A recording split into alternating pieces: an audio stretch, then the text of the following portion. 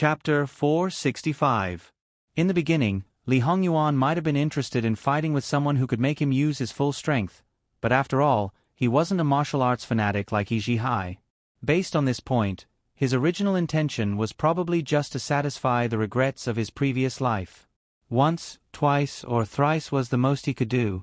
The reason why he still fought later was naturally because of the most essential purpose: to train He Zhihai. Now, although He Zhihai hadn't finished his final form, it was enough. Jingwan was naturally happy that he didn't get injured every once in a while. However, I'm afraid that young master he won't give up so easily. His toughness is obvious to all. Jingwan chuckled. If this prince doesn't accept the challenge, what can he do? Besides, he's no longer a virgin. No matter what the reason is, if he comes into frequent contact with me, it will arouse some people's suspicions. As a good son, I have to be considerate and know when to advance and when to retreat. For him, this prince even gave up one of the few likes, so he should at least give some benefits. Li Hongyuan put on the clothes that Jingwan shook out, and his movements were neither fast nor slow. He Zhihai's progress is godly, faster than expected. Perhaps in a year or so, I won't be his opponent anymore. His temperament is still somewhat unstable. If he doesn't have a goal, he might slack off again. He Zhihai's potential is limitless, and it's unknown how strong he can be. Instead of letting him stagnate after defeating me, it's better to leave him hanging and let him continue to hone himself. Moreover, as long as I'm always stronger than him, I can easily make him obedient, and he won't be like a runaway wild horse that only focuses on martial arts. After a few years, some things will be engraved into his bones, and his temperament will also mature. This was a preparation to kill several birds with one stone. Saying so much, isn't it because your highness is worried that you will lose face if you lose? Jingwan teased. Alright, this was purely a joke. Li Hongyuan wasn't someone who didn't have the breadth of mind and temperament. Although this person was narrow-minded and vengeful, that was only towards love rivals and people who weren't on his side. Li Hongyuan tidied up his clothes and looked at Jingwan. Wan, what do you think? As long as you're happy. Although he did indulge her in many things and pampered her, this husband follows his wife tone on the surface still made Jingwan extremely speechless. Alright, let's not talk about this topic anymore. It's just that Yuan has nothing to say about young Master He. Although his methods are a bit special, in essence, he serves him wholeheartedly. There are many people who work for you, and others don't receive this kind of treatment. Young Master He can't even be considered one of your subordinates. Wan, you have to know that there is no such thing as a free lunch in this world, especially when it comes to this prince. The more you ask this prince to contribute now, the more you will have to repay in the future. Your husband has never been someone who would work hard without asking for anything in return. He Zhihai needs to be personally trained by this prince, so he should be prepared to be enslaved by this prince for the rest of his life. Therefore, it could only be said that He Zhihai was unlucky. Which one of the others wasn't mature enough to do their own jobs? Only He Zhihai, because his talent was too good, and he was someone who could be forced but not cowed by persuasion. Laozi and the others couldn't suppress him, so they couldn't teach him well. He fell into Li Hongyuan's hands, and the process of being trained was very painful. Then what about me? If I were to be ranked second in terms of what I got from Prince, no one would dare to be ranked first. So, Wan, don't tell me you don't know that you have been reserved by this prince for eternity?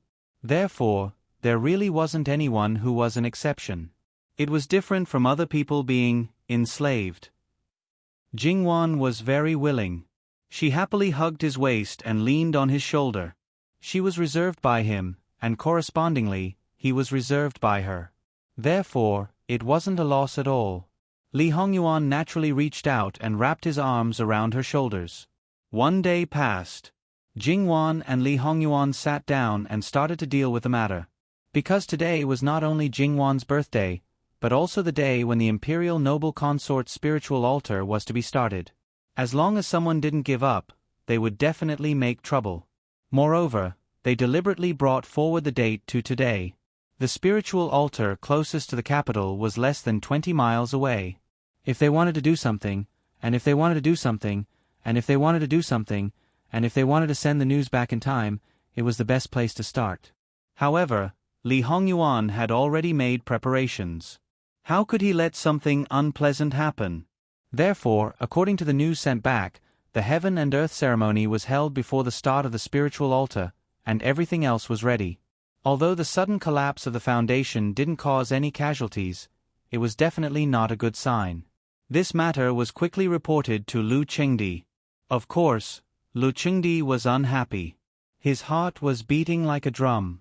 However, thinking that Momo was the goddess of mystery who had descended to the mortal world, Lu Qingdi gritted his teeth and ordered them to continue.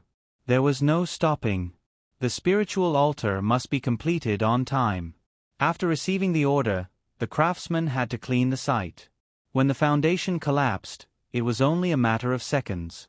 However, it took a few hours to clean it up. However, at the end of the cleaning, they found something underneath. At first, the craftsman thought of the stone tablet that was exposed after the collapse of the Shishan barracks. Could it be that this was something similar? They swept away the initial haze and sped up the cleaning. However, they became more careful. In the end, the thing was dug out. However, it wasn't a stone tablet. However, in terms of value, it was more significant to a country than a stone tablet. Because it was a wine cauldron. Although most of the people present were craftsmen, there were also officials from the Ministry of Works and a group of imperial guards present. There were many knowledgeable people who immediately recognized that it was one of the 9 cauldrons. The 9 cauldrons, to a certain extent, could be regarded as the true symbol of the country. After all, it represented the supremacy of the royal power and the unification of the country. If someone were to rebel with the 9 cauldrons, then regardless of whether the person sitting on the throne was a wise ruler or not, regardless of whether the weather was favorable, there would definitely be a lot of people who would raise the flag of rebellion. This was because the person sitting on the throne would be regarded as unjustified. Since he was an impostor, he should naturally be removed from the throne. However, the 9 cauldrons had disappeared for thousands of years. They hadn't appeared for several dynasties. However, it appeared now. What did this mean? It meant that Qi Yuan was going to rise. It was a great auspicious sign. Originally, the former Wei still said that they were the orthodox, and that Qi Yuan was a thief like the former dynasty, but now that this cauldron was thrown out, without a single word of nonsense, it could make them speechless, and could even change the positions of the 2 countries. How could they not be excited? Lu Qingdi was also waiting for something to happen. However, he didn't expect that he would be waiting for such a good thing. When he heard the news, he was so excited that he couldn't control himself. He immediately ordered someone to send the cauldron back to the palace. As he was worried, he even asked Yu Zhongqing to go personally. While waiting, he couldn't sit still and paced back and forth in the imperial study. Suddenly, he thought of something and hurried back to his bedroom. He took out the portrait of the imperial noble consort that he had carefully kept. Hua hua, you really are, you really are. At this moment, Lu Qingdi no longer had any doubts about the imperial noble consort's identity. Lu Qingdi was even narcissistic enough to think that the imperial noble consort came for him. Moreover, she had such deep feelings for him. Because the locations of the spiritual altars were not prosperous places, no one would excavate them unless it was a special situation. As such, no one would know what was buried underneath. This time, it was excavated because of the imperial noble consort, allowing one of the 9 cauldrons to see the light of day again. Needless to say, this was already the best proof. Regarding this matter, no one would raise any objections. Those who tried to tamper with it in vain would have to consider the consequences if they were discovered. In front of the country, even one's own son could only step aside. Therefore, even if Lu Qingdi valued one of his sons, if he knew that one of his sons was causing trouble, he would definitely slap him to death without mercy. In a lighter case, he might be demoted to a commoner. In a more serious case, he would directly lose his life. At this time, even if he killed his son, he probably wouldn't think that Lu Qingdi was unkind. At this moment, the cauldron had been sent to the palace. It was obvious that this matter was not small. However, to some people, it was still a small matter. Therefore, it could be said that the entire capital was in an uproar. Only Jingwan knew about it now. Jingwan was slightly surprised. "Ah Yuan, aren't you playing a little too big? 9 cauldrons, that thing can be faked? It is not only a national treasure, but also a real antique. There must be a lot of people who are interested in it. Even if ordinary people can't get in touch with it, there is no lack of people in the imperial court who are interested in it. If they find out that it is fake, it will inevitably be counterproductive." Li Hongyuan looked at Jingwan as if looking at a little fool. "It's okay if you are stupid, but don't think that your husband is stupid too." Jingwan choked. This man's mouth was getting more and more poisonous. He even treated her like this. It was so infuriating. "What, are you still not convinced?" Li Hongyuan rubbed Jingwan's head. Jingwan was depressed, but thinking about it carefully, she was indeed stupid.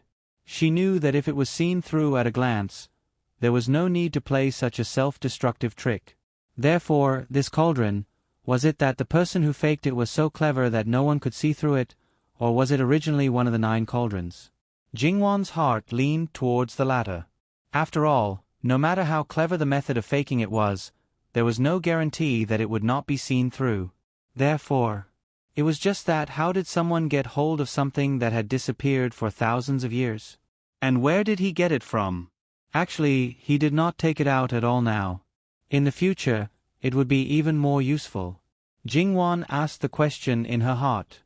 However, Li Hongyuan's gaze towards Jingwan did not change. This attitude made Jingwan really want to strangle him to death. Obviously, Jingwan did not get an answer. Actually, this cauldron was indeed real. The bottle that was discovered today was actually not buried by Li Hongyuan. It was originally under the cauldron. Because he knew it was there, Li Hongyuan had designated one of the 81 spell altars. Choosing the location of the spell altars had nothing to do with Li Hongyuan, nor did he participate in it. However, it was very easy to decide one of them. The reason why he knew was because of his previous life. After ascending the throne in his previous life, he spent many years fighting wars. At first, it was not very smooth, but later on, it became smoother and smoother. Li Hongyuan had swept through many places. Once, he accidentally found one of the 9 cauldrons. It was used as an ordinary cauldron by a declining family. After that, Li Hongyuan intentionally or unintentionally searched for the whereabouts of the 9 cauldrons. Of course, he did not spend too much effort. He actually did not believe that the 9 cauldrons would do anything just because he had obtained them. However, he did not want them to fall into the hands of others. He did not know if the 9 cauldrons had really reached the time of their birth. With an attitude that they were dispensable, Li Hongyuan actually found the whereabouts of all the cauldrons in the end. He did not care what methods he used to get them all. Actually, the bottle that appeared now was the most difficult to find. It was also the last to be found. In this life, he made good use of it. As for when he took it out in the future to consolidate his position, it did not matter. It was just one bottle. In his previous life, he was able to get all the cauldrons without knowing it. How could it escape from his hands in this life? Even if there was an accident and it was found by someone else, he could still get it back. In fact, 4 of the 9 cauldrons were in Qi Yuan, and the other 5 were in other countries. As for the 4 cauldrons in Qi Yuan, except for the one buried in the ground, the other 3 were already in Li Hongyuan's pocket. It was worth mentioning that when he was on the throne in his previous life, he did not let the 9 cauldrons appear in the world. Instead, he left them to his son. Although he tried his best to cultivate his son and left behind many capable and important officials, his image as a tyrant was deeply rooted in people's hearts. He was worried that after his death, his son would not be able to control him. With the 9 cauldrons in his hands, it would be different. After all, in his eyes, the 9 cauldrons were just 9 cauldrons. However, the world did not see it that way. It was not the time to tell this to Wan Wan. In fact, sometimes, she clearly had doubts, but she stopped her investigation time and time again. Occasionally, she would look forward to finding out something and ask. Then, he did not mind telling her some things in advance. Unfortunately, in fact, as Jingwan said, there were too many evil people who were interested in the cauldrons. When they heard the news, even if it was not early, it was convenient for them to enter the palace, so they all hurriedly entered the palace. He believed that when the news spread, scholars from all over the country who were interested in antiques would rush to the capital. Even if they knew that the chances of seeing the 9 cauldrons were slim, they would not give up. They would use all the methods that they disdained to use in the past, as long as there was a chance to see it.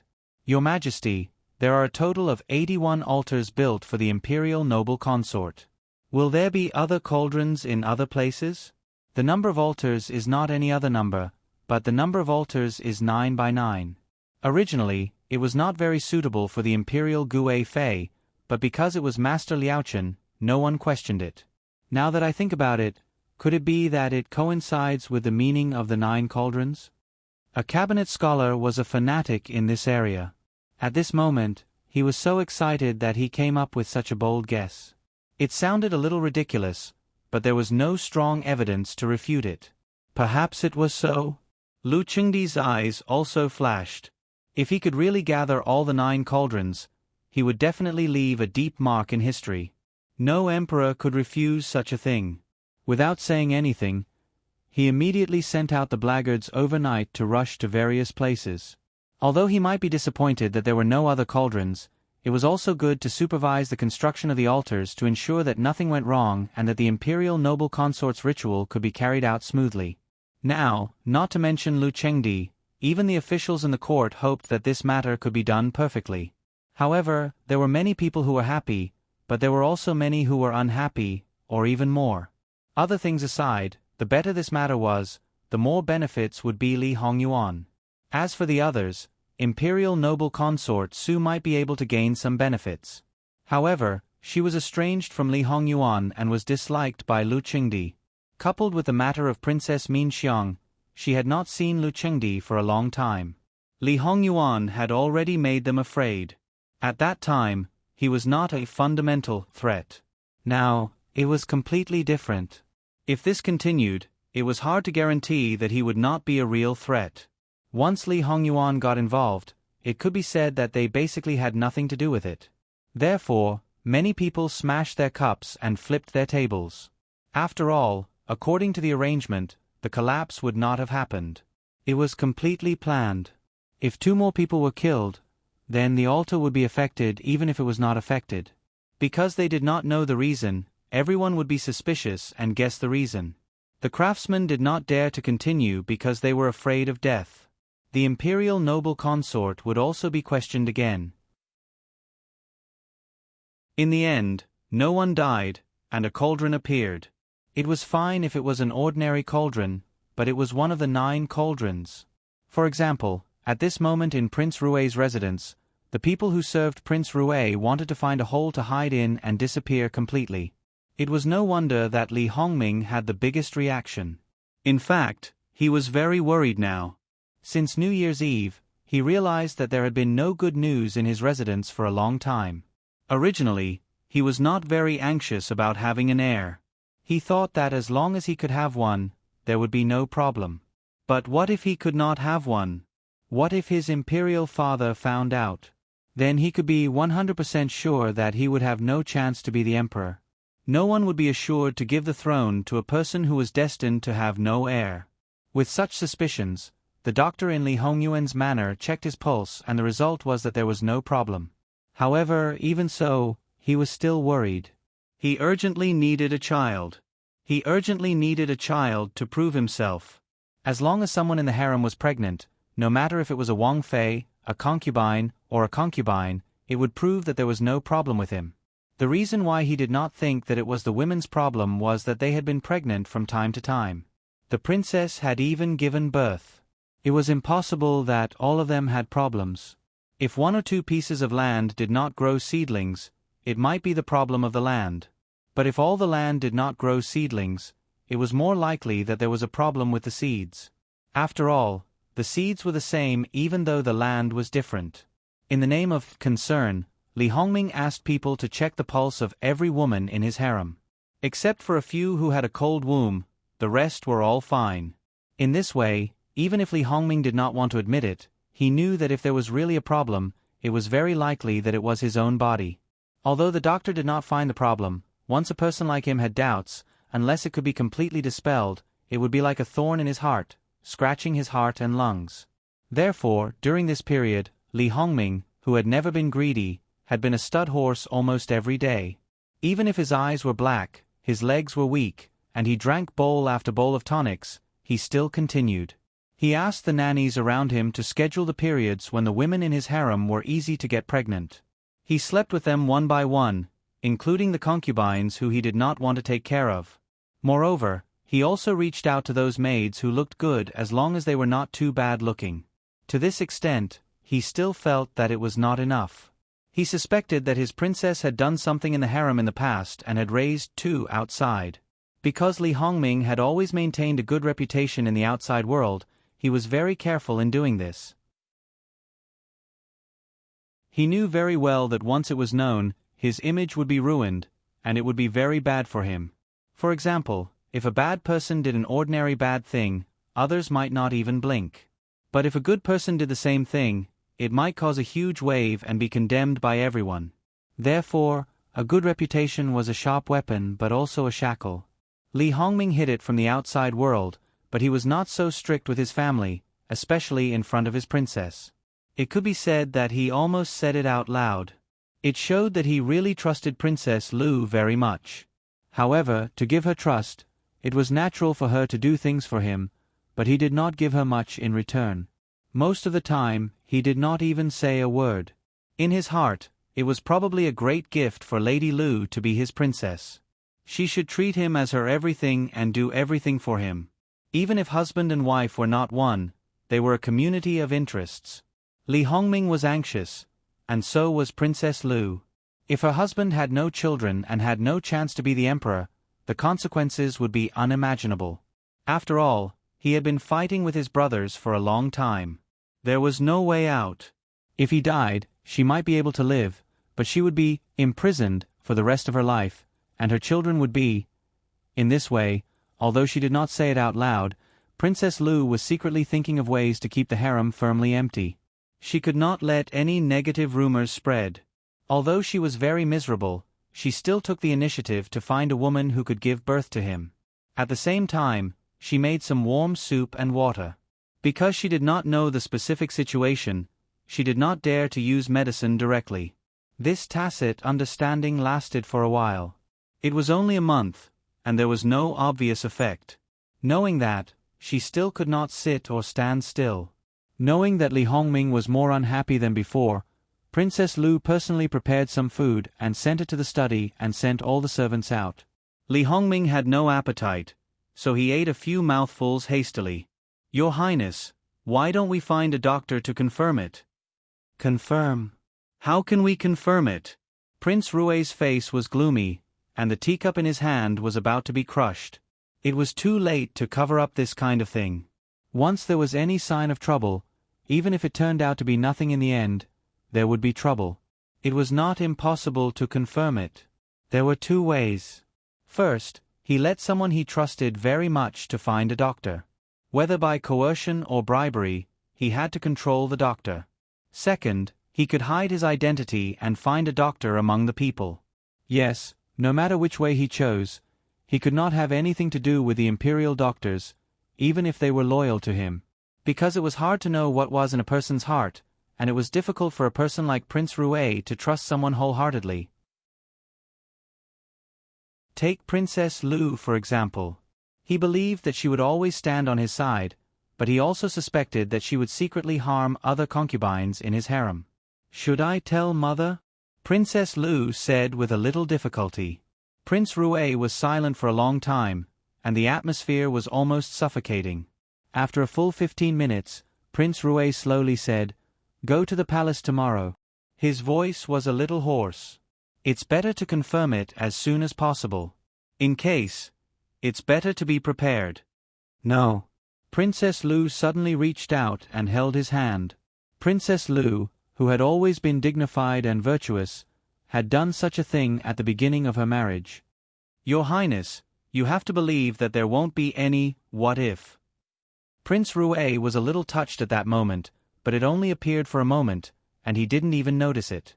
Then he calmed down, withdrew his hand, picked up the teacup, and said, Compared to many people who couldn't sleep that night, Jingwan and Li Hongyuan still slept very well. Having an heir might be a problem for Jingwan, but it didn't affect her. In addition, Qin Shufei probably slept well. She went to see the imperial noble consort in her sleep. Qin Shufei calmly told the imperial noble consort about this matter, and finally sighed, Yuanther, that child, usually has a bad temper and looks at everyone with his nose up at the sky. But in reality, he is a sentimental person. His younger sister said that he is much better than those people who have a Buddha's mouth and a snake's heart. The imperial noble consort naturally knew what her son was doing. Although she didn't know the essence of Li Hongyuan's actions, she only knew that he wanted to keep her. Originally, she thought that he made too much of a ruckus and was worried that he wouldn't be able to collect it. In the end, he felt that it wasn't enough and took out the 9 cauldrons. Towards this kind of son, she was really worried and proud. The two intimately spoke some words. Speaking of which, they had coexisted together for more than 10 years. There was no one more intimate than them. Especially Qin Shufei knew that the imperial noble consort originally had the opportunity to completely control her body and make her disappear. However, the imperial noble consort didn't do that and even dissuaded Jin Qinhuang. However, this peach blossom incident developed very quickly.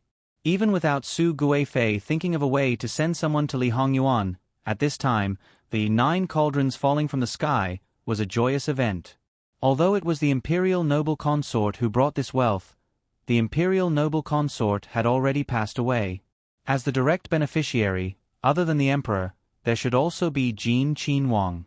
And now, it could be said that Jin Qinhuang didn't lack anything. It was just that his knees were empty. Jin Qinhuang Fei has been in Jin Qinhuang Fu for almost a year. Until now, there is still no good news. Shouldn't the emperor consider appointing 2 Ce Fei to Jin Wang Yi? Moreover, Jin Qinhuang Fei is serving Wang Yi alone. It's really hard. Someone should share the burden with her. Moreover, when it's inconvenient for Jin Qinhuang Fei to serve, wouldn't Wang Yi be wronged? The more Lu Chengdi listened, the more he felt that it was reasonable. Originally, he was worried that an innocent girl would be cursed by his son. But now, his wife had been by his side for almost a year and was still doing very well. Not to mention whether his fate had changed or not, with his wife supporting him, it shouldn't be a problem to appoint 2 Ce Fei. Are there any suitable girls in your families? Now that several important concubines in the inner palace were useless, Lu Chengdi decided to personally take action and directly asked at the imperial court. The people who planned this probably didn't think that it would go so smoothly. In fact, there were many people who knew about this idea. Not only were they unable to withstand the crying of their daughters at home, but there were also great benefits to be gained here. Therefore, when Lu Chengdi's words came out, they eagerly stood up to promote their own daughters. As the saying goes, if there is one, there will be 2. One after another, the number of people really wasn't small. It seemed that they were all afraid of falling behind. Lu Chengdi's hot head finally cooled down. When did his evil spawn son become a delicious cake? In the past, when it came to choosing a concubine for his 6th son, each and every one of them avoided it. Now, each and every one of them wanted to be his cheap father-in-law? The nature of this matter was completely different from some people who maliciously supported that evil spawn before. In-laws, that was a good relationship between 2 surnames. This was already hinting at certain things. Lu Chengdi's expression didn't change. This Ce Fei still had to be given, but this person had to be carefully considered. Her status couldn't be too high, but it also couldn't be too low. Everyone might as well go back and prepare a small portrait of your daughters and send it to the palace. Zhen wants, let Xu Fei take a good look, and then choose 2 people. As Jingwan's maternal grandfather, although Luo Peishan kept silent, his face was as peaceful as ever. In fact, several real big shots were basically like this, as if this matter had nothing to do with them. Only in the end, the Grand Secretary of the Cabinet stood up, "Emperor, should we inform Jin Wangya first? If it was other people, there was no need to deliberately do this. After all, they were bound to participate in the morning court. When encountering a lifelong matter, they would know." Jin Wangye was different. He could close his doors and not go out for a month. Lu Chengdi wanted to heroically say, "No need," but in the end, these two words circled around the tip of his tongue and swallowed them back. If he chose someone and directly sent it over, his evil spawn might really not give him face and directly throw the person out. That would be really shameful. At that time, should he punish that evil spawn or not? If he punished, he would be distressed. If he didn't punish, where was the heaven's prestige? In that case, beloved official Luo should take some time to go to Jin Wangfu. Shouldn't this kind of thing be done by his personal chamberlain? The intention of letting Luo Peishan go was actually very obvious. This official obeys. Luo Peishan respectfully responded, without the slightest discomfort. For Luo Peishan, this was really not a big deal. He just said a few words. Once he did it, he could just pat his butt and leave. His granddaughter didn't need his advice, and he didn't need to intervene in this matter. He just needed to wait and watch the show. After the court meeting, Li Hongming went to noble consort Su's place. Princess Lu was already there.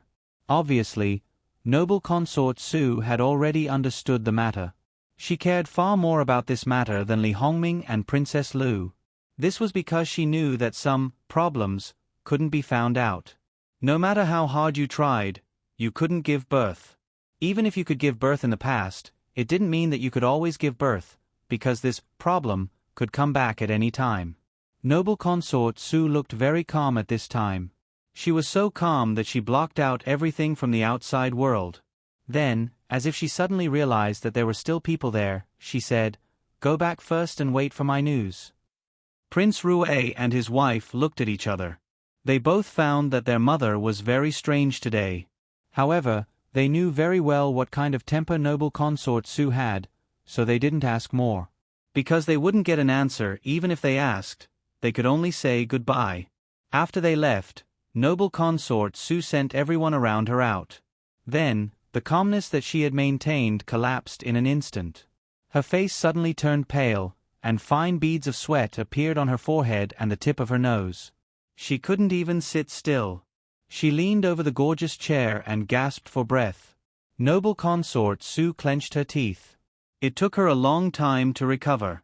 Then, noble consort Su sat up and muttered to herself, "Are you taking revenge? Because I drugged your son, you also want my son to have no children? It's been a long time. It's been so long that I've forgotten." "Yes, it's been a long time. If it was really you, if you really knew, you would have done it long ago." Noble consort Su rubbed her temples. She hadn't slept well for a long time. Things had never been smooth again. It could be said that she was exhausted and sometimes even a little hysterical. It was no wonder that she had such a big reaction after knowing what might be wrong with her son. "Good sister, I can take care of you wholeheartedly. However, it's because you've been dead for so many years and still occupy the Emperor's heart. Even if Yuan is a devil, he's still a big threat. Therefore, I can only avoid future troubles. Don't blame me. As the saying goes, every man for himself and the devil takes the hindmost. If it were you, you would do the same. Come in." The palace servant guarding outside the door hurriedly came in. "Your Highness." "Tell old Madame Su to enter the palace." "Yes, Your Highness." Old Madame Su also acted quickly.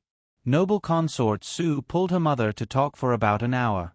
Noble consort Su knew that there was one person who could confirm her son's situation, and this person was the traveling doctor who saved Li Hongyuan at White Dragon Temple 2 years ago. Therefore, when noble consort Su knew that the white ape had fished out her adopted son from the river, she didn't have any doubts in her heart. Because noble consort Su had personally seen this traveling doctor, and she had also personally experienced his medical skills. She had truly seen what was called bringing the dead back to life. Wasn't the young doctor in Jin Qin Wang Fu very good? But compared with that person, noble consort Su really felt that Gong Jiu was not enough. Unfortunately, the traveling doctor owed her a small favor and gave her a token. That was more than 30 years ago, and she hadn't married yet. However, the traveling doctor said that as long as he was still alive, he could help once without violating morality. The reason why he said so was that the traveling doctor didn't have a name and didn't have a fixed residence. He would go wherever he went, and it was basically impossible to specially look for him. However, if there was a token and it was handed to a specific place, he would appear within 3 months. 3 months might seem a little too long, but he might have gone deep into the mountains and forests. Moreover, he wasn't from some mysterious organization, and there were people who specially sent him a token.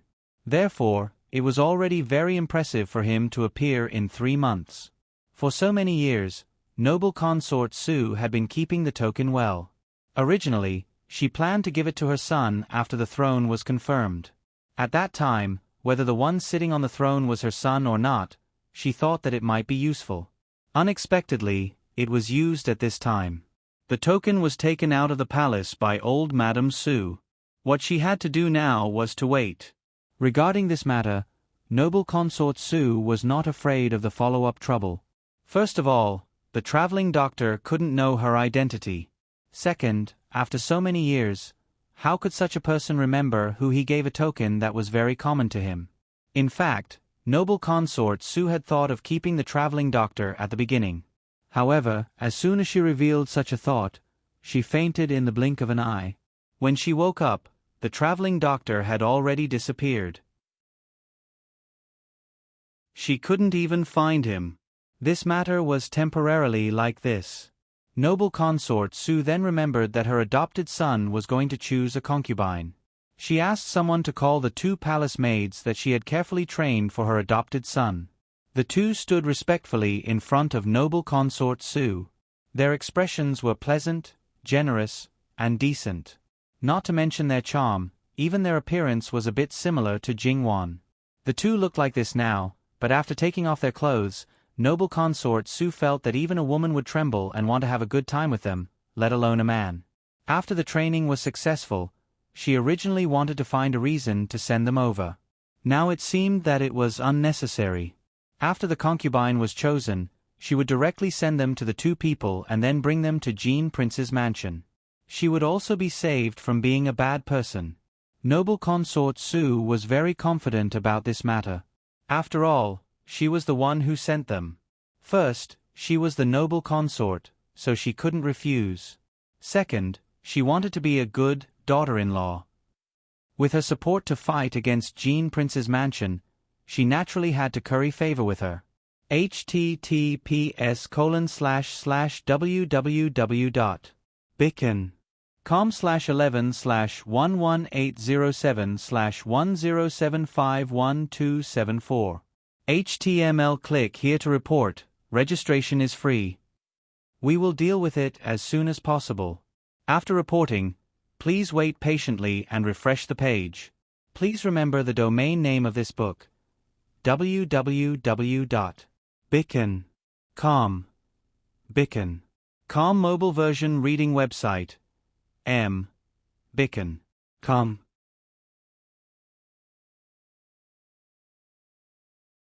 Chapter 466. At this time, Jingwan still didn't know that noble consort Su was still sparing no effort to disgust her.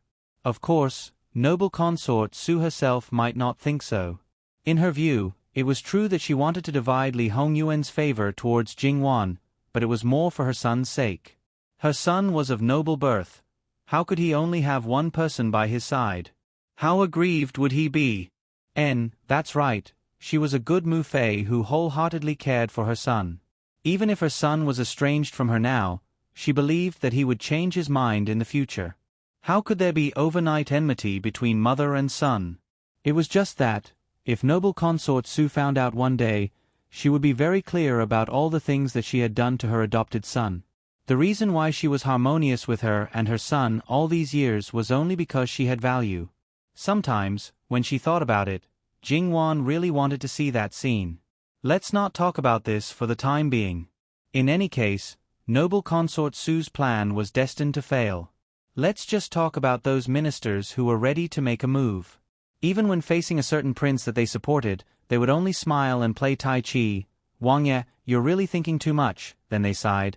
There's an evil creature in the family wholeheartedly pouncing on Jin Qin Wang, wanting to die or live What can this official do? I can't just watch her die, right? Then the expression on their faces eased. Wang Ye, in fact, this matter is also good for you. Think about it, if this official's daughter, niece, granddaughter, becomes Jin Qin Wang's Zifei, in the future, if you have any conflicts with Jin Qin Wang, it might be able to ease a bit. The only thing missing was to say, Your Highness, this official is doing this for you. I really don't have any ill intentions. If they helped Li Hongyuan ascend to the throne, it would be a real merit for them to ascend to the heavens in one step. According to the previous situation, it was impossible to do this. Power and wealth were too tempting. This was a gamble. If they won the gamble, they would have everything they wanted. If they lost, it would not be a big deal. As the saying goes, the law cannot punish the majority. Looking at the past, the ones who failed to seize the throne were often those closest to the loser. When a new emperor ascended to the throne, he needed to show benevolence and the demeanor of an emperor. He needed to disregard the past and not stick to one pattern to use talents. And who was the closest to Jin Qin Wang? Wasn't that the Luo family? Therefore, although these people seemed to be doing something stupid and brazen, they were actually calculating in their hearts. If they won, the rewards would be high, but if they lost, the risk would not be high. Cunning. However, in the end, these people overlooked a point. A very important point, and that was Jin Qin Wang himself. Those who were secretly working for Jin Qin Wang looked at their colleagues who had a good relationship with them. They looked at them with complicated gazes and finally sighed. They patted their colleagues' shoulders and walked away. You say, why don't you live a good life and insist on seeking death? It's so easy to stuff people into Jin Qin Wang's side. Do you think it's your turn? No matter how good your calculations are, it's useless to go in the wrong direction. Others may only wear small shoes, but Jin Qin Wang will really kill you. Unfortunately, these words could not be said. Even if their hearts hurt from holding it in, they had to hold it in. Compared to the indignation of Kong Qin Wang, Gong Qin Wang and the others, Rui Qin Wang did not have much reaction. However, recently, even if Rui Qin Wang was still the gentle and polite Rui Qin Wang who was respectful to the wise, people more or less felt that something was wrong. His mental state was not good. Especially those who were old and experienced, they could clearly see the gloominess and hostility in Rui Qin Wang's eyes. This was obviously his mood was not smooth to the extreme. It looked like a big problem that could not be solved for a long time. SK. Luo Pei Shang confidently and at ease went to Jin Qin Wang Fu and drank a cup of good tea on the way. It was just a matter of one sentence. When he left, he also took Jingwan's 2 pots of flowers. He clearly looked like a pure and elegant old man, but he actually did some hooligan things. He could have just opened his mouth and taken it away. Why did he have to use the word snatch? Jingwan was helpless, but her eyes showed indulgence, as if she was looking at a naughty child. Old child, it really was not fake. Although in the officialdom, he was still skillful and decisive in his actions. Wan, what do you want to say? Li Hongyuan stood beside Jingwan, his tone indifferent. Yuan is talking about the matter of the Su Fei? Jingwan chuckled. Isn't that something to be expected? It's just that I didn't expect it to be so fast. I originally thought that I would have to wait for at least 2 days. I didn't expect these people to be so impatient. However, doesn't this just show that those people are actually very optimistic about Wang Ye? She teased. Their eyesight is not bad, but they are a bit slow.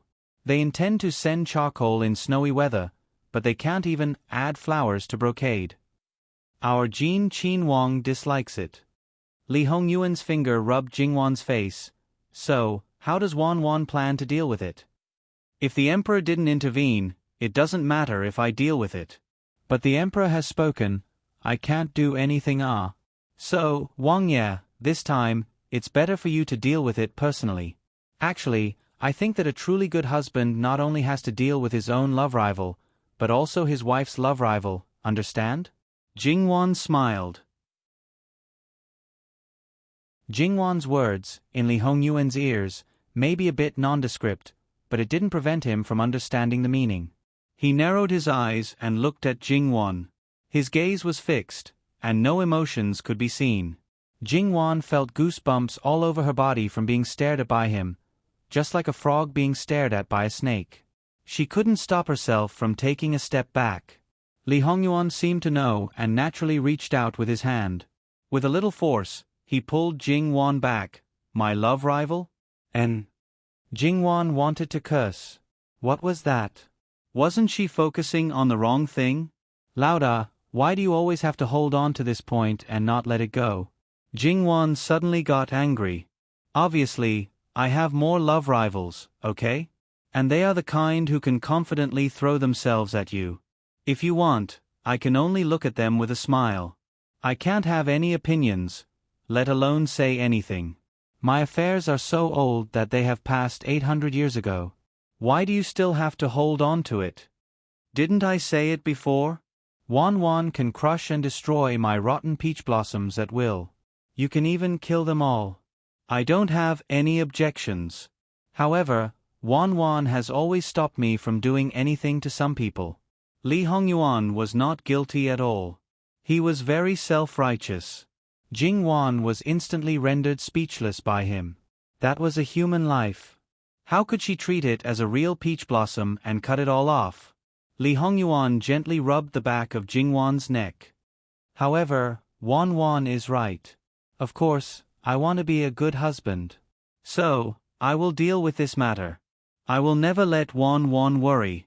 Jingwan heard him say this and felt even worse. What was that? Asking him to deal with it?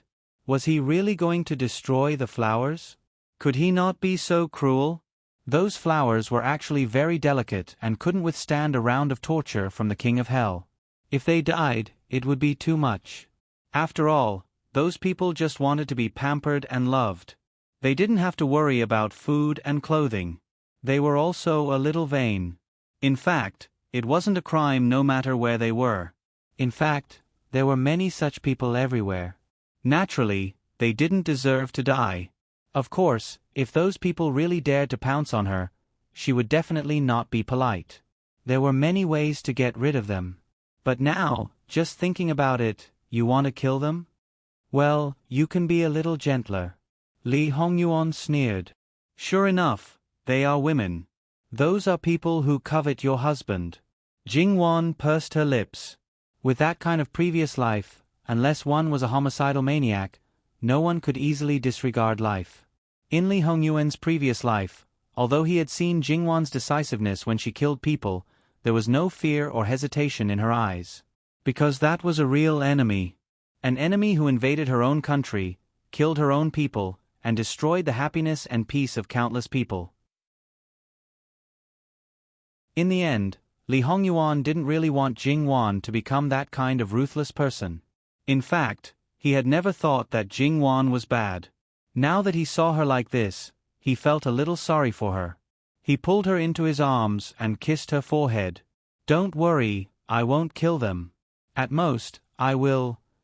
Jingwan's expression naturally eased when she heard this. She rubbed her face against his chest.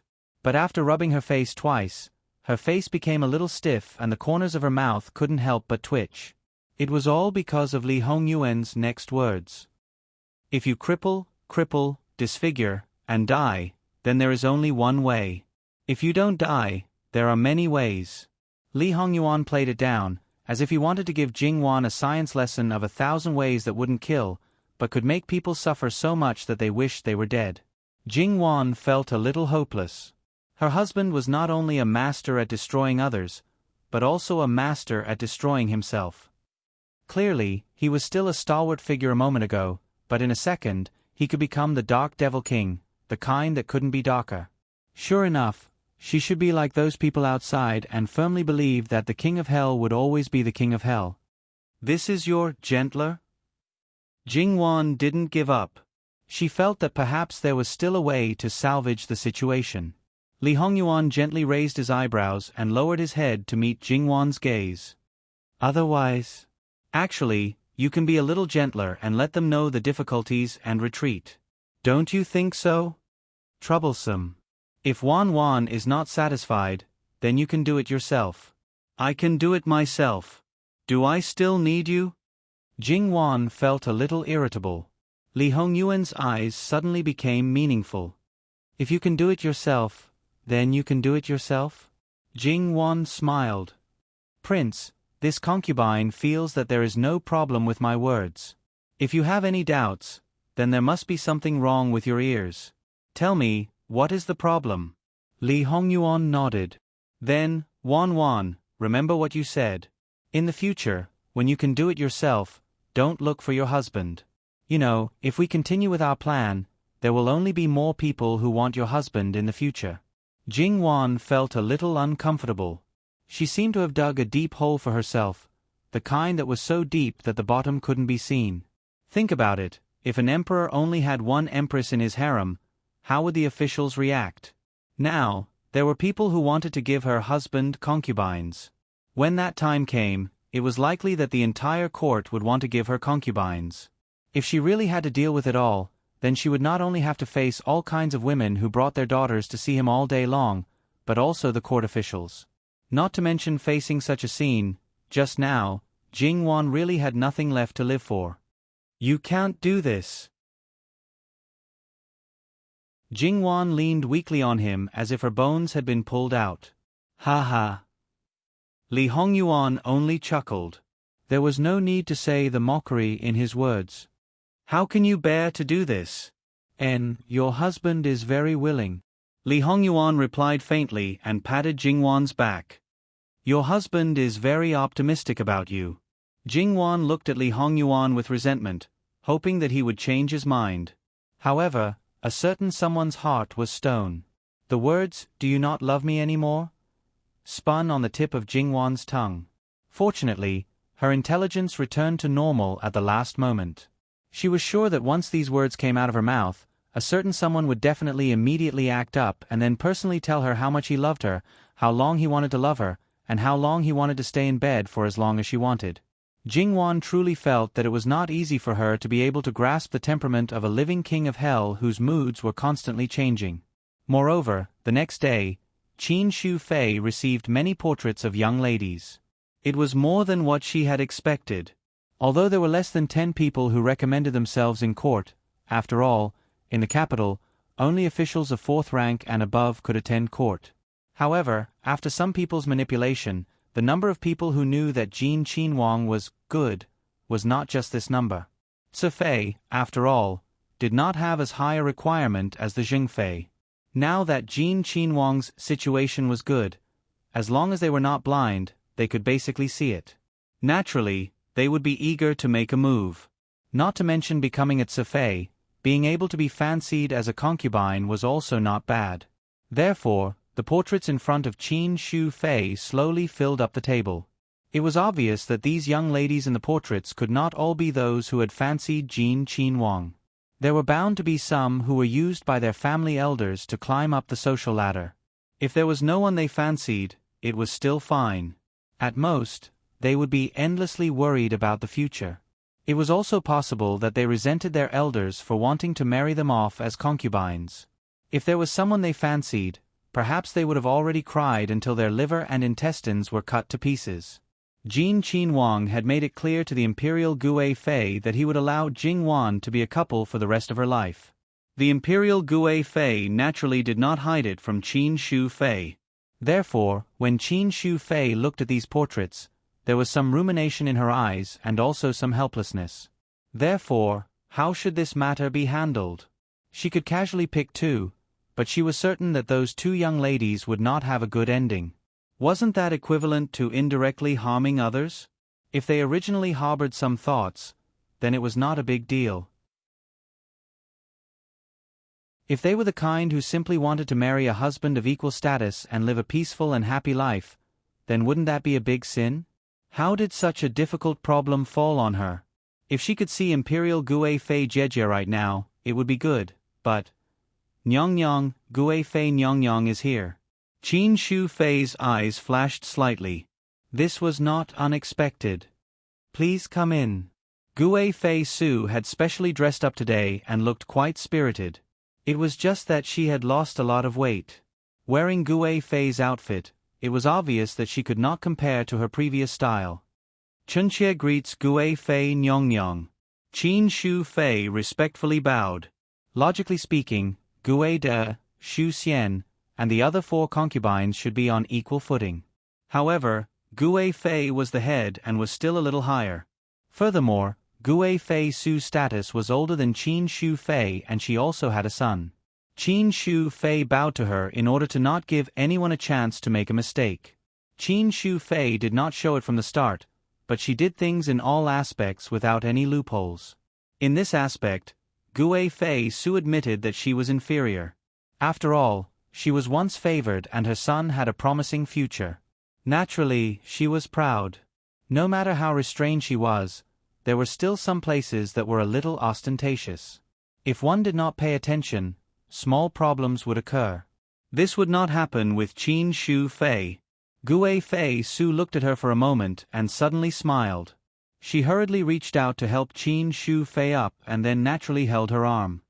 There's no need to be so polite between us sisters. Qin Shu Fei smiled gently. Etiquette cannot be ignored. Gui Fei Su seemed a little helpless. You, younger sister, you know the purpose of this consort's visit, right? Qin Shu Fei nodded and brought her to the previous table. The ones that were sent in today are all here. Imperial concubine Su was also surprised by such a large number. She narrowed her eyes slightly. The precautions she had taken many years ago were indeed correct.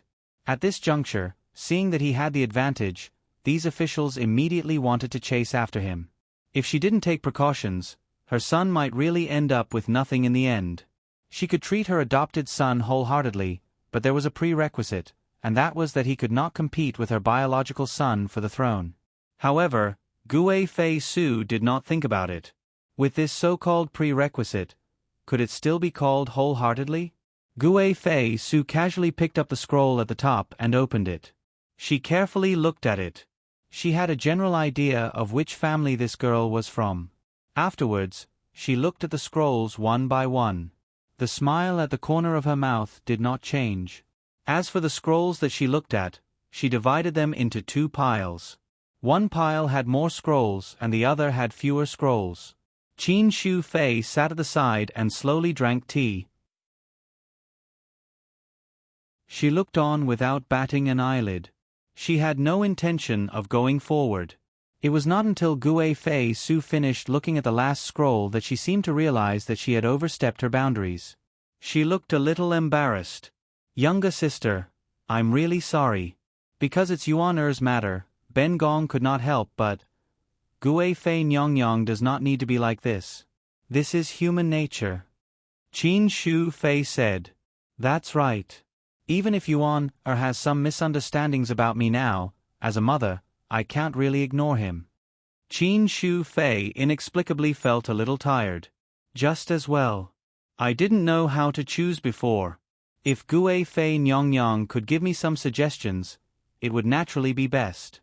After all, you are Jin Qinhuang's Mufei. No one knows better than you what kind of woman he likes. After all, we have to serve Jin Qinhuang. Younger sister's words are reasonable. Gui Fei Su sat down at the side. Ben Gong has an impression of some of these girls, but I can't match most of them. It would be better if I could summon them into the palace for a meeting. After all, these portraits are somewhat distorted. Moreover, the girls' conduct is like this. It would be better to meet them in person to know. I also have this intention. Why don't we pass down the message now and have these girls enter the palace in 3 days? What does Gui Fei Nyong think? Qin Shu Fei said very considerately. Of course it's good. However, summoning only these girls is too deliberate. Why don't we summon all the girls of marriageable age? Qin Shu Fei thought. Was this disdain that Jin Qinhuang's attention was not high enough? That she did not draw enough hatred? Then we will follow Gue Fei Nyongyong's wishes. Someone come. Qin Shu Fei told the person who said the words. It was impossible for her to take the blame for nothing. Gue Fei Su was slightly annoyed, but as a Mu Fei who cared about her son, she could not deny it. However, there were two sides to this matter. Either the emperor reprimanded her for stretching her hand too far, or he would be grateful that she cared about her son and did not hesitate to go against his words and soften his attitude. If it was the former, compared to now, it would probably not be worse. If it was the latter, it would naturally be better.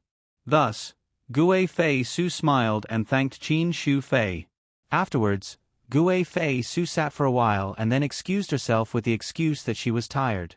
Qin Shu Fei sent her back and her gaze fell on the scrolls. She casually took out a scroll from the smaller pile and opened it to take a look. After just a glance, she changed 2 more scrolls. Qin Shu Fei understood in her heart that the candidates that Su Shi liked had high status and good looks. Although the portraits were distorted, the person who drew them did not dare to be too outrageous. After all, if the difference was too big, it could be seen through at a glance. That would be deceiving the monarch. And the people who chose were not restricted to which faction they belonged to. After all, the so-called factions, other than a few people, the others could not be clearly distinguished and their temperament was still open for discussion. At least, on the surface, it seemed that Gue Fei Su truly wanted to choose 2 good Su Fei for her adopted son. Regardless of whether it was true or false, or if there was a deeper meaning, in any case, it would only be a waste of effort and it would not succeed. As such, Qin Shu Fei also let go and just went through the motions. It was just that, on the day these young ladies entered the palace, Qin Shu Fei saw Jingwan. At first, she was surprised, but then she felt that it was normal. Gue Fei Su did such a thing and could not be blamed. After all, choosing a Su Fei for Jin Qin Wang, letting Jin Qin Wang Fei take a look and listen to her opinion, such a good mother-in-law was rare. However, only a few people knew that Gue Fei Su was only trying to disgust Jingwan. I gave you people, you refused. I asked you to raise your own maidservant, you refused. Then now, the emperor has personally spoken, can you still refuse? Everyone should have a taste of choosing people for their own husband. Of course, there were many people who came to watch the excitement. It could be said that all the imperial concubines in the inner palace, except for the empress, had gathered. Even Wei Xianfei, who was confirmed to be pregnant with the dragon seed, was surrounded by people and came in a grandiose manner. Seeing that Wei Xianfei was surrounded so tightly that not even a drop of water could trickle through, many imperial concubines gritted their teeth and tore their handkerchiefs. This woman was obviously a princess of an enemy country and was disliked by the emperor. In this case, she was actually pregnant. And those who used all their means but still ended up with nothing, couldn't wait to eat her alive. Thus, the concubine selection had not yet begun, and here, there was a palace drama. However, Wei Xianfei was too well protected. No matter how others provoked her, she ignored them. She was very calm and did not give others a chance to get close to her. Therefore, those concubines with ulterior motives were helpless in the end. They could only stare at Wei Xianfei's belly, which was not yet obvious. They wished they could stare at it until it disappeared. Compared to them, whether it was Gue Fei Su or Qin Shu Fei, they were very calm. There was even a sincere joy on their faces, as if they were really looking forward to the birth of this child. Qin Shu Fei was not interested in how others were doing. She did not care at all. Whether she was pregnant or not, whether she was able to give birth or not, she did not need to worry about it. The people around Wei Xianfei would prepare everything properly and let Wei Xianfei sit peacefully. Because this matter was handed over to Qin Shu Fei, Gue Fei Su did not make her presence known. At this time, she was playing the role of a good mother-in-law. She called Jingwan to her side and talked to her with a kind face. She sincerely taught Jingwan how to get along with the concubines in the future. It was nothing more than not putting them in her eyes.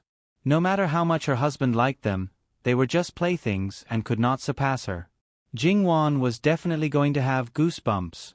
However, since Gu Fei Su wanted to show motherly kindness, Jing Wan could also show filial piety. Aya, Imperial Mother had to take care of her body. She was not young to begin with. If she did not pay attention, Imperial Father might feel that it hurt his eyes when he saw her in the future. Moreover, those servants flattered the strong and stepped on the weak. If Imperial Mother's spirit was not good, Min Xiang might be bullied and so on. In short, if you disgust me, I will choose to step on your sore spot. No matter how much you disgust me, in the end, things will not work out. I will step on your sore spot. Who's afraid of who? Gu Fei Su smiled, but the gaze she looked at Jing Wan with was as if it was dipped in poison. Jing Wan also smiled, but her eyes were cold and gloomy. In the eyes of others, this mother-in-law and daughter-in-law pair was happy and harmonious, as if they were biological mother and daughter. Qin Shu Fei did not deliberately arrange anything. She just let these girls do whatever they wanted. If they were willing, they could perform for everyone to see. If they had such thoughts, they would naturally compete to show it at this time. In fact, the general situation could be seen from their dressing. Regardless of whether it was voluntary or not, those who were willing would dress up beautifully. They wanted to be in the limelight and attract attention. Those who were not willing would try their best to conceal themselves. They would not stand out if they did not compete. Qin Shu Fei occasionally called one or two people to come forward and talk.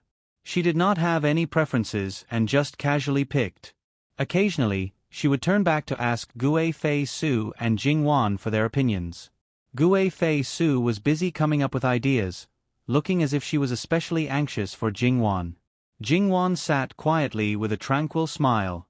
Imperial Mother and Imperial Concubine Shu can make the decision. Daughter-in-law believes in your taste and will definitely pick the best.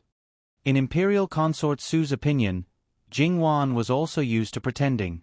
At this moment, even she couldn't tell if she was really forcing a smile or not. However, Imperial Consort Su thought that with Madame Luo's jealous nature, she would definitely be unhappy at this moment. If she was unhappy, Imperial Consort Su would be happy. If Jing Wan knew what she was thinking, she would probably give her 3 words: "You're thinking too much." In this way, it was lively for most of the day. Other than some harmless small framing between these girls, nothing else happened. Towards the end, many concubines felt bored and returned to their own palaces one after another. Qin Shu Fei made the decision to leave a meal in the palace. Then, Qin Shu Fei, Gu Fei Su, and Jing Wan exchanged opinions. It seemed that they already had a plan in mind. Jing Wan still did not have any objections. Gu Fei Su even said in a seemingly angry and resentful tone, "You child." Those unfinished words were really full of twists and turns. She looked at Qin Shu Fei with eyes full of helplessness. "In the end," she said, "since that's the case, you can leave the palace and return to your residence. This concubine will discuss the final choice with Gu Fei Su." Was this not giving her a chance to speak with Gu Fei Su alone? Jing Wan smiled. Then, this daughter-in-law will take her leave. Did she think that Jing Wan could not interact with Gu Fei Su in private just because she could not? It could only be said that Gu Fei Su was naive. In fact, Li Hongyuan had already ordered people to investigate clearly who was interested in these girls. The characters of these girls were also stripped clean. However, Li Hongyuan did not even look at them. He directly indicated that he would choose those who looked good on the surface but were dirty on the inside. In this way, he did not have to hesitate at all. Wan knew about this. Based on her character of abhorrence of evil, there was no need to worry that she would not be able to bear it. Then, Qin Shu Fei had already received accurate information about which 2 people were to be chosen. Thus, she did not have any psychological burden and exchanged opinions with Gu Fei Su. Thus, Gu Fei Su, who was kept in the dark, felt that it was not bad. The most important thing was that one of the girls was from the Su family. That year, when Gu Fei Su chose Li Hongyuan as his Zhengfei, the first one was a girl from the Su family. In the end, it was that kind of ending. She naturally felt regretful. Although she sent in a Ce Fei, with her help behind the scenes, it was not impossible for her to take the position of Zheng Fei in the future. In fact, Gue Fei Su did not have any opinions about who would take the position of Zheng Fei. However, because Jing Wan disobeyed her, she did not like Jing Wan very much. Thus, she was very keen to chase Jing Wan away. Therefore, from the beginning, Li Hongyuan did not plan to find Lu Qingdi. He was very clear about Lu Qingdi's moral character. Once he had made up his mind, it was very difficult to change. Thus, Li Hongyuan was too lazy to talk nonsense with him and rejected this time. As long as those officials did not give up, there would be a second time, a third time. It was better to get it done once and for all. After the candidates were confirmed, the imperial decree was sent down the next day. The high officials and nobles in the capital basically knew about it at the first moment. Those who had the intention but were not chosen naturally had a fierce temper. And those who did not have any thoughts, let out a big sigh of relief. However, those who were concerned about Jing Wan naturally wrote letters to inquire. They did not dare to say it clearly, afraid that she would be sad. Jing Wan only replied with 2 words, "Don't worry." They did not understand the specific meaning, but it was not good to continue to ask. Because it was a Ce Fei, there was not so much attention. The time to carry the person into Jin Wangfu was half a month later. Jin Qin Wangfu didn't send out any news, so everyone could only wait quietly. After that, Imperial concubine Su secretly sent the 2 prepared young ladies over. At this time, everyone was well aware of the meaning of Imperial concubine Su sending people over. Therefore, even if they were sullen, they could only endure it. Time flew by and 10 days passed. Then, thunder exploded in the capital. One of the Ce Fei designated for Jin Wangfu went to Bailong Temple to burn incense and return a vow. Somewhere along the way, the ground suddenly collapsed and a hole appeared. The horse sprained its foot and overturned the carriage. The young lady was thrown out of the carriage and her head happened to hit a stone. She fainted on the spot. When she was sent back to the Fu and woke up, she was stunned. It should be known that there were 2 servant girls in the carriage and the coachman in front. Several people were also thrown out. At most, their skin was broken. Other than that, nothing happened. In such a situation, no one would think that it was a coincidence because it was too much of a coincidence. How many people began to mutter in their hearts? Could it be that this Jin Wangfu not only jinxed his wife, but also his concubines? And the most frightened was still that young lady's family. Because the palace maid that Imperial concubine Su sent over was obviously prepared for Jin Wangfu, guarding the stove for that young lady.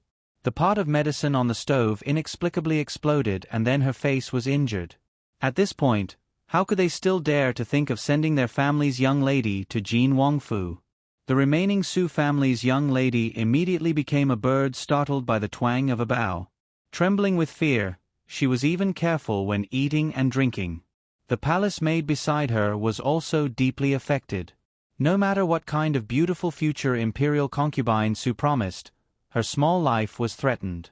How could she think of anything else? Even so, that palace maid stepped on a pearl that had been dropped earlier. Just like that, she fiercely fell. Her face was not injured, nor was her arms or legs injured. However, her ear was inexplicably injured. That Su family's young lady almost went crazy. The next day, she was going to Jin Wangfu. At this time, she was shouting that she was not going to marry. Similarly, she wanted to break through the heavens in terms of riches and honor. However, it was already at this juncture, how could she not marry? And when Imperial concubine Su found out about this situation, her face was especially ugly. However, she had no other choice because these incidents did not seem to be man-made. And on the day of the official marriage, Jin Qin Wangfu prepared a banquet as usual. However, all the invited guests did not dare to enter the door and were still observing. If this Su She could smoothly enter the door, then they would go. If she could not, then they would just treat it as if they did not know about this matter. Although she was not the main concubine and did not need to be welcomed by Li Hongyuan, and the standard was far inferior, but in the end, she was still a secondary concubine. A certain scene was still necessary. Young Lady Su cried to the heavens and scrambled the earth, unwilling to get on the sedan. There was no other way. Su family could only give her a little medicine. However, fearing that something would happen, the dosage was very light and only let her sleep a little. Halfway through, young Lady Su woke up and made a ruckus in the bridal sedan for a while. The people outside saw the commotion and felt that the situation was not bad. At least, she was spirited. Perhaps because she had accepted her fate, it was quiet after that. When they carried her to the side door of Jin Wong Fu, Eunuch Mu, who was the chief steward, was waiting. However, when the matron of honor entered the sedan and prepared to help her down, she turned her head and rolled out. Her face was pale with fright and she trembled as she pointed inside the sedan. "What's wrong? This person is dead?" Muan's face was unhappy. He lifted the sedan by himself and took a few glances before retreating. She really died. What bad luck. There was no surprise on his face, as if this was completely expected. Someone go and call the Fu doctor over to see how she died. Compared to Eunuch Mu, the other people who came to send the bride were not so calm. One by one, they retreated far away. Eunuch Mu indifferently swept a glance. "It's not like you are marrying our Wangye. Can Wangye jinx you? Our family has been following Wangye since childhood and has always been very good." These words were simply the truth. The person in the sedan was really jinxed by Jin Wangye. She was even more miserable than the other girl and directly lost her life. This time, it was not Gong Jiu who came, but the Fu doctor of Jin Wong Fu. He went in to check and quickly retreated. "Eunuch Mu, this girl was scared to death. Tisk, so it can't be blamed on our Wangye. However, she also doesn't have good fortune to be so timid. Alright, send him back to where he came from. A dead person, do you still want to enter Jin Qin Wong Fu?" Mu Gonggong swung his hand and led the people of the Wong Fu into the door. With a bang, the door was closed. The people who came to send the bride looked at each other in dismay. In the end, they could only send her back to Su family while trembling with fear. They absolutely did not dare to behave atrociously in Jin Wong Fu.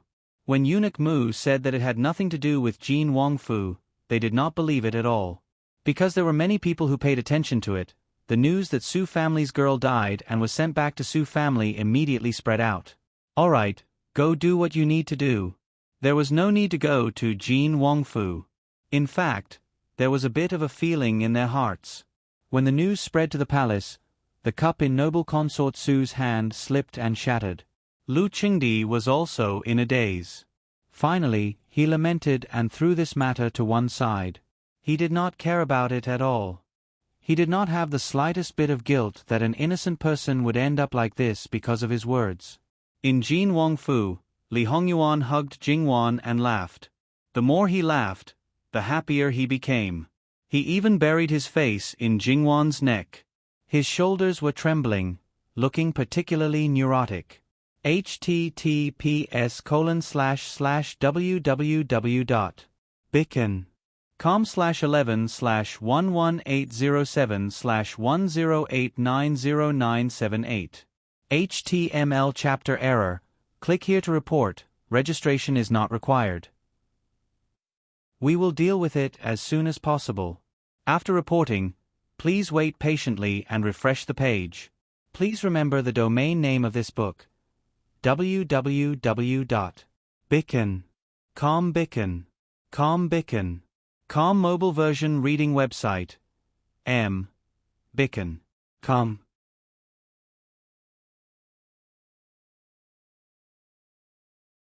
Chapter 467. Jingwan pretended to be a wooden stake, allowing a certain lunatic to vent his emotions in such a strange way. Fortunately, the living Hades had always been good at controlling his emotions, so his neurotic appearance did not last long. Then, he cupped Jingwan's face and gently stroked her sideburns. Then he said, "Wan, look at this expression. Are you despising your husband?" In order to deal with Wan's love rival, your husband has to consider Wan's kindness and show mercy. Do you know how hard it is? Now, Wan actually despises your husband. Do you know how sad your husband is? So, was he still suffering from an illness? All you did was move your lips and give me instructions. How was it hard? To be honest, Jingwan was really used to it. Otherwise, if she suddenly saw him like this, she might really be scared and run as far away as possible. It was unlikely that they would be able to read each other's minds. From this point of view, perhaps the living Hades was aware of his illness and had actually restrained himself before marriage? Jingwan held his hand. Be good. Don't let your imagination run wild. I can despise anyone but you. This was obviously a perfunctory way of coaxing a child. It was not that she was not serious, but it really happened once in a while. Jingwan also felt quite tired. If it were not for the fact that a certain someone would only get worse if she ignored him, Jingwan really wanted to let him go and play by himself. What's that saying again? If you get it too easily, you won't cherish it. Wan Wan is definitely a classic example of this. Had he become a resentful husband? Jingwan could not help but tremble. Ah Yuan, don't be like this. It's ruining your image. Although your image has been a little unstable for a long time, at least don't completely disillusion me. Oh, in Wan Wan's heart, what is your husband's image? Li Hongyuan was unmoved and asked calmly. Jingwan glanced at him and thought for a moment. Then, she thought of a phrase she had seen on the internet in her previous life. Shouldn't it be crazy, domineering, cool, and arrogant? It seems quite appropriate. Jingwan nodded. Although this term was actually quite childish, when combined with a certain someone's status in Qi Yuan, temperament, degree of favor, way of doing things, and excellent conditions, the more he thought about it, the more he felt that it was tailor-made. Although he didn't understand every word, Li Hongyuan could still guess the general meaning. He didn't consider whether it was praise or criticism. So, your husband is entertaining my wife with colorful clothes by ruining my image. It's fine if Wan Wan doesn't give me a reward, but she doesn't appreciate it? Shouldn't her husband be sad? Or perhaps, Wan Wan actually liked that domineering, cool, and arrogant type? Then explain it to your husband, and your husband will do as you wish. Imagining a certain someone acting all domineering and cool towards her, she shuddered violently.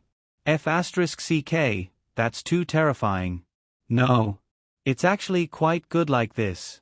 Really, it's okay to ruin your image occasionally. It's just what I see, so it's not a problem at all. Really. This time, Jingwan was as sincere as she could be. Li Hongyuan was amused by her small appearance, and the dangerous feeling of nervousness disappeared from his body. All right, I won't tease you anymore. This matter has been resolved. Get ready, we're going to the farmstead to stay. Jingwan nodded. This time, we'll stay a little longer. If foster mother's birthday is over, we'll come back after your birthday. If her birthday isn't over, we'll stay here until we don't feel like staying or until we're summoned for something. As you wish. For Li Hongyuan, it didn't matter where he was. He could handle things anywhere. In the past, when Jingwan wasn't around, he didn't really want to move. Now, Wan Wan liked those days of freedom, so he was naturally happy to stay by her side. After all, if the current plan didn't change, then Wan Wan might be detained in the palace in the future, and it was hard to say what would happen in the future. Therefore, as long as there was time and opportunity, he would do his best to satisfy her. What's the matter? Is there anything else? Li Hongyuan saw that Jingwan seemed to want to say something but hesitated, so he asked. There's a bit of a question. How did Su She die in the end? Because Li Hongyuan had already given Jingwan a heads up, Jingwan knew that those two quasi-tsefei of Jin Qinhuang were not good people. Their hands were stained with more than one life. Although they were servants under her, the servants had never made any mistakes. One merely took out her anger on people because she was in a bad mood and killed people. The daughter of Su Jia even beat people to death for fun. It should be known that even if the king of hell disregarded human life as grass, he wouldn't do it for no reason. Therefore, even if people died at this time, Jingwan's heart didn't have any fluctuations. She was only curious about the cause of death. Didn't the doctor say that she was scared to death? Could it be that Wan thought that I was the one who ordered people to kill her? I said before that I wouldn't kill anyone. This husband naturally did what I said. Because she was afraid of being cursed by you, she was in extreme fear. The closer she got to Jin Qin Wang Fu, the more afraid she became. In the end, she simply scared herself to death? If it was really such a strange way of dying, Jingwan also didn't know what to say. Otherwise, regarding this point, Li Hongyuan felt that it was very strange. There was actually someone with such a weak ability to bear. Originally, I didn't want to take her life. I can only say that her life should end. What would happen if she didn't die? She had, safely and peacefully, arrived at the entrance of Jin Qin Wang Fu. Safely and peacefully? There was a problem with the drug that Su Jia gave her. Therefore, because she died, there was no movement and she arrived at the entrance of Jin Qin Wang Fu. If she didn't die, something should have happened on the street. What about the other people? How could it be a coincidence to that extent? Really curious. NN. Jingwan nodded. It's very simple. The so-called accident was just to make the following matter reasonable so that no one would suspect. She understood. Just like the other prospective Su Fei, when she fell down from the carriage, she actually just knocked her head once and muddled through. It wasn't anything serious, but later on, someone aggravated her injury, and she became stupid. Everyone just thought that she became stupid from knocking her head. The two palace maids that noble consort Su specially trained were similar in nature. Alright, don't think so much. It's all over. Li Hongyuan lazily leaned to the side and closed his eyes. He lifted his leg and placed it on Jingwan's leg. Wan, massage this husband's leg. Jingwan clicked her tongue and slapped his thigh. It was so hard. If she massaged it a few more times, it would definitely be her hands that were sore. However, Jingwan didn't have the slightest intention of refusing. A certain someone didn't really want her to massage his leg. Jingwan massaged every now and then. However, a certain someone didn't feel anything on his leg, but other parts of his body felt something. Jingwan didn't notice it at first, but at some point, she lifted her hand and tidied his clothes. She suddenly turned her head and saw that the person who originally had his eyes closed was now looking at her with a burning gaze. His eyes seemed to be emitting a green light. You beast! Jingwan pushed him away and wanted to run away. A certain beast exerted strength on his waist and got up easily. He stretched out his arm and hugged Jingwan tightly. He moved closer to Jingwan's ear and chuckled flirtatiously. He deliberately lowered his voice. This husband was supposed to consummate his marriage tonight, but it was all because of Wan. Wan, don't you think that you should compensate this husband? He kissed her ear again and got up at the same time. Moreover, you still want to run away after starting the fire. That's an even bigger crime. You were the one who… You obviously wanted it too, but you refused to admit it. Indeed, your body is much more honest. He pinched her chin and turned her to face him. Then, he kissed her unceremoniously. Jingwan was naturally no match for him. Her body soon softened, and even her body turned to the side. She wrapped her arms around his shoulders and stroked his shoulders, back, and neck. Although his interest was a little sudden, Li Hongyuan didn't have the slightest intention of restraining himself. He directly carried Jingwan up. They didn't make much of a commotion, so the servant girls outside didn't hear it. However, a certain servant girl was about to go in to change the tea. First, she lightly knocked. When she didn't get a response, she thought of a possibility. After hesitating for a moment, she lifted the curtain. There was no one on the couch. The curtain on the other side of the bed was put down, but it was still swaying slightly. There was no need to say anything. Even though she was already used to it, she still couldn't help blushing. She quickly retreated and coughed lightly. Then, she gestured to the others to quickly leave. Everyone was smart. Even though there was no commotion now, it wouldn't be long before everyone's faces and ears turned red. Wang Yi wasn't a kind person outside, and he wasn't a kind person when facing Wang Fei inside. As for now, it was broad daylight, he. As for today, Wang Yi was taking in a secondary Fei, he. It wouldn't be finished in a short while, so they wouldn't need to wait on them. Besides, even if it was finished, it would basically be the two mamas' business. As the saying goes, stealing half a day of leisure. The days that they could steal, to be honest, were definitely more than the people outside. Gong Mama was originally handling matters outside. After all, there was a banquet today, so the guests wouldn't come. The things that should be packed still needed to be packed properly. When she saw the servant girls come out, she instantly understood. The harmony inside Jin Qin Wang Fu couldn't be any more harmonious, but it wasn't the same outside. Some families were happy, and some were worried. Other than those who went to the yamen to handle matters, the rest of the people of the Luo family were basically gathered at the main courtyard where old Madame Luo was. From the start, they didn't plan to go to Jin Qin Wang Fu to drink the wedding wine. At this moment, although the expression on their faces wasn't too obvious, everyone's mood was pretty good. No matter what the reason was, Jin Qin Wang not having a secondary Fei was a great thing. They didn't need to worry that their family's great-aunt would be wronged, and they didn't need to be forced to bow to the throne of Jin Qin Wang's line's #1 hardcore supporter, who knew how much trouble it would save. Compared to other people's restrained emotions, Sun Yijia's good mood was clearly more exuberant. In my opinion, this is simply old heaven wanting Jin Qin Wang to favor Wan Mimi alone. Luo Jinghua obeyed and glanced at his wife. Don't talk nonsense. Sun Yijia lightly snorted.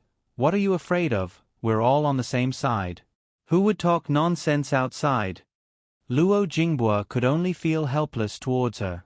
His wife had climbed above his head from the start, and he had long been unable to listen to the husband's orders.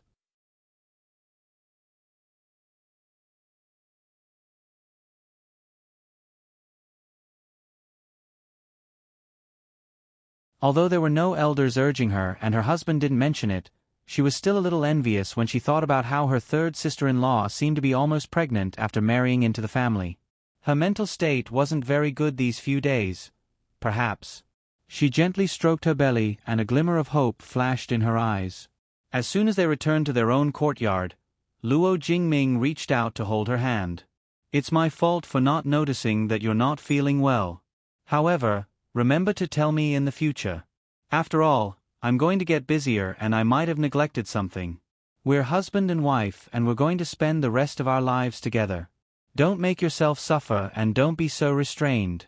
We're at home and you should be comfortable. You should be at ease. I've made my husband worry. It's my fault. Luo Jingming was a little helpless. I just said that I haven't even turned around and you're being so polite again. When you're free, go to my third sister-in-law's place and learn from her. Life is bitter and short. Live more freely. Zhao Shi opened her mouth and swallowed the words that were at the tip of her tongue. She hesitated for a moment and said, I'll listen to you.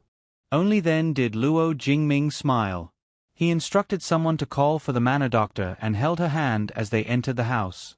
After seeing the way her parents, elders, siblings, and sister-in-law interacted with each other, she thought that she would be like that too. However, it turned out that it wasn't the case. Her heart was filled with sweetness and her face unconsciously flushed. She also secretly clenched her hands a little tighter. So, this couple who had been married for a few months entered the honeymoon period. Sure enough, it was just as Lady Zhao had thought. She was indeed pregnant. This was another happy event. She hurriedly went to inform her official mother and grandmother, as well as Zhao Shi's maternal family.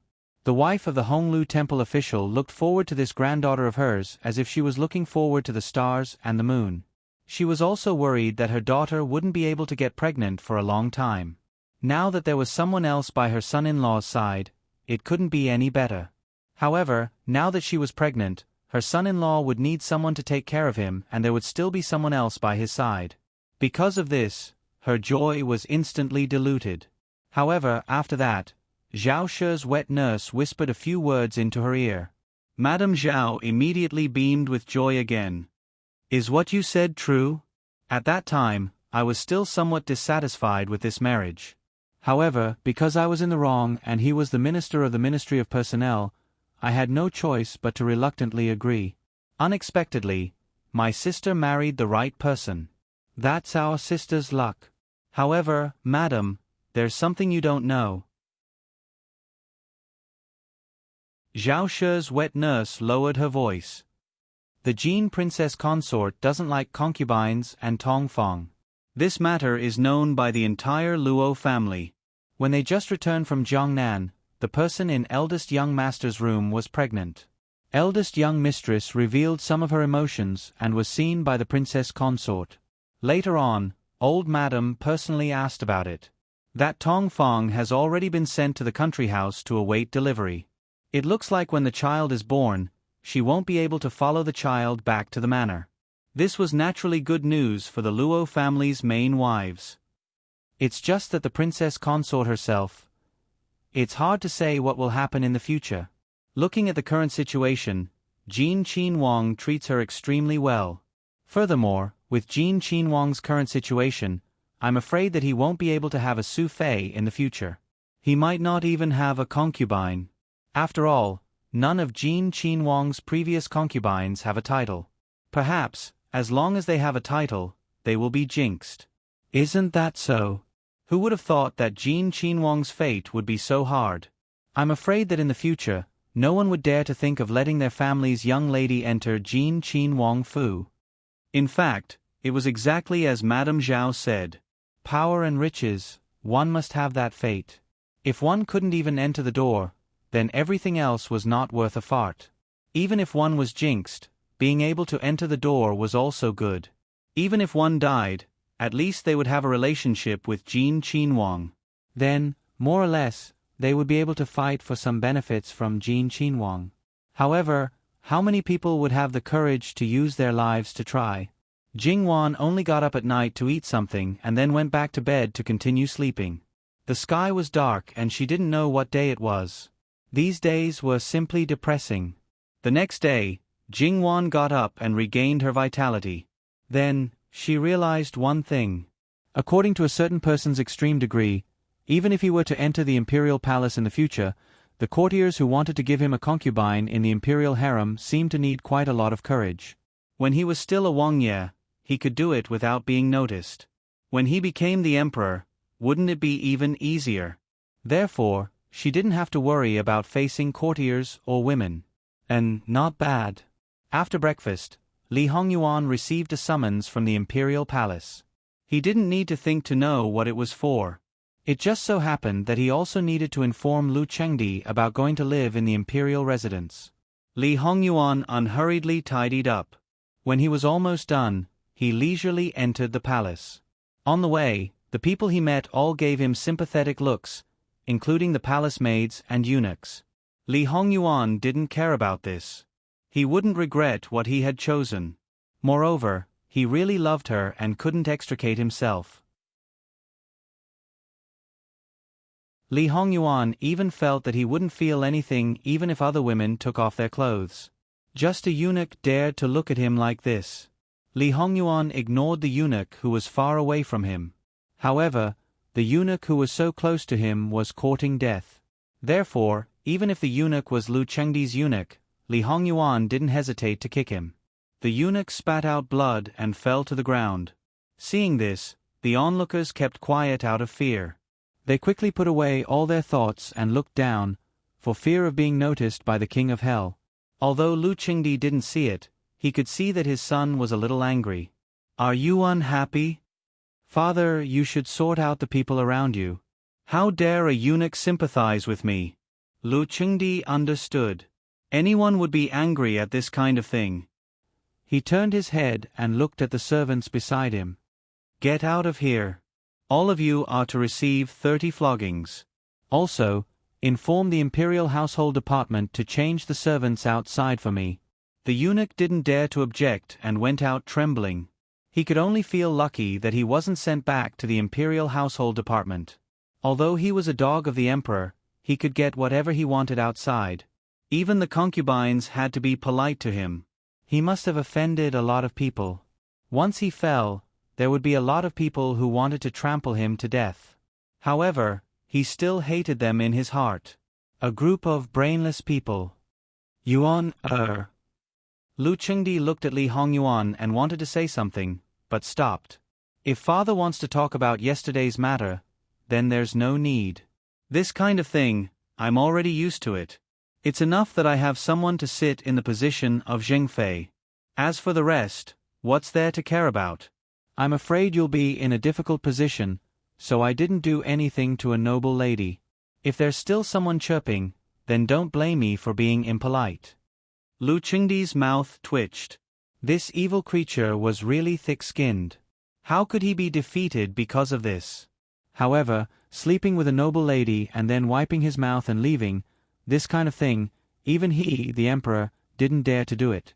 If you really do that, even if it's a memorial tablet, it has to be sent to Jin Wangfu. This seems to be a way to enter Jin Wangfu. Li Hongyuan sneered, if they have the guts, then try it.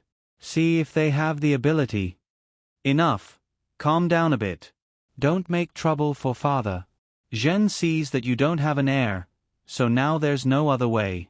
I can only look at your wife's belly. It's already been a year. If it's still not enough, then let the imperial physician take a good look. Those who need to take medicine, take medicine. Father worries too much. The Fu doctor has already examined me and Luosher. We're very well. We don't have a child, but it's just that fate hasn't arrived yet. When it should come, it will naturally come. I'm only 24 years old, very young. What's the hurry? Okay. Zhen worries for nothing. Do what you like. Zhen is too lazy to care about you. I want to live in the manor for a while. Asking for father's permission. Go, stay as long as you like. As long as this evil creature didn't cause trouble, Lu Chengdi would thank the heavens. I'll retire. Go. Li Hongyuan turned and left. This was the first time he entered the palace, but he only said a few words. On the way out of the palace, Li Hongyuan saw people from the Jade Palace. Li Hongyuan ignored them. That person also braced himself and chased after him. Prince, Imperial concubine Yang wants to see you. If you really don't want to see her, she has a few words. She wants this servant to inform Prince. Prince, Imperial concubine Yang is full of love and care. Prince, please. Li Hongyuan suddenly stopped and looked at the eunuch with an expressionless face. What do you want to say? Continue. When you're done, you can report to the underworld. The eunuch trembled. He didn't pass the message. Imperial concubine Yang was merciful. At most, she would punish him. But the king of hell, Li Hongyuan didn't want to stop for a moment longer. The eunuch could only watch as his back went further and further away. After Imperial concubine Su received the news, she didn't say anything and just closed her eyes. Lu Chengdi had also deliberately paid attention to this matter. He wanted to see if this son would go see his adoptive mother. Looking at it now, was there really no possibility of reconciliation? Did sixth son really have such a deep grudge against Su Shi for favoring third son, or was there something he didn't know about? Lu Chengdi's eyes were dark. If it was the former, it didn't matter. If it was the latter, because there were many things in the manor, the things that needed to be brought were only some commonly used things. Moreover, it wasn't far. If he didn't bring anything, he could just let someone come back to get it. It was also very convenient. Jingwan had already given the order. Just as Li Hongyuan entered the palace, everything was almost ready. She was also accustomed to her husband's high efficiency in doing things in the palace. Then, he left as soon as he said so.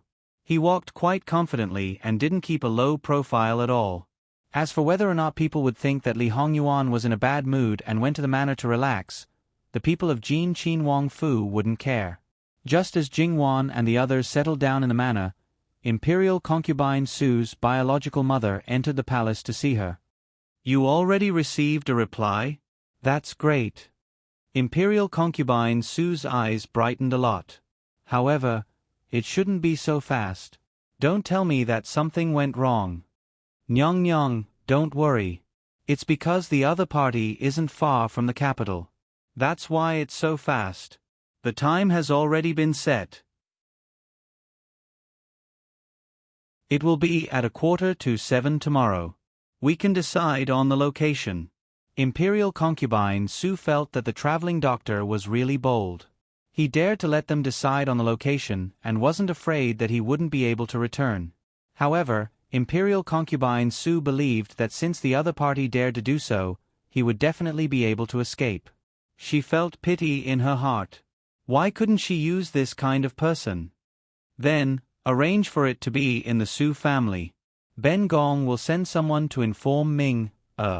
Then this subject's wife will go back and arrange it. Good. Mother, thank you for your trouble. Nyang Nyang, what are you talking about? I gave birth to you, and Prince is my grandson. Everything is what I should do. There's no need to say that it's troublesome. Old Madam Su might not be as wise as Old Madam Luo and Old Madam Sun, but she was self-aware and pragmatic.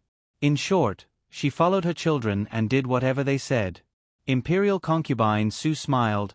Ming will be filial to you in the future. Everyone understood the meaning of these words. After becoming the emperor, bestowing rewards to the outer sect was a very normal thing. That's good. I'm waiting. While the Su family was arranged here, Li Hongyuan was meeting the traveling doctor that Imperial concubine Su was thinking about. Since he traveled in the mountains and in the wild, he should be sloppy. In fact, he wasn't. Imperial concubine Su had seen him more than 30 years ago. He should be older, but he wasn't. The person who was playing chess and drinking tea with Li Hongyuan didn't look old. There were only some fine lines at the corners of his eyes and mouth. He didn't even have a beard, but his hair was all silver white. His clothes were clean and dustless. Even if the cloth wasn't particularly good, it showed an extraordinary temperament. He had a strong scholarly air and a faint medicinal fragrance. The two just played chess quietly and didn't speak. Jingwan wasn't in the room at the moment. She was feeding the big white ape. This white ape was tall and strong, and looked very human-like.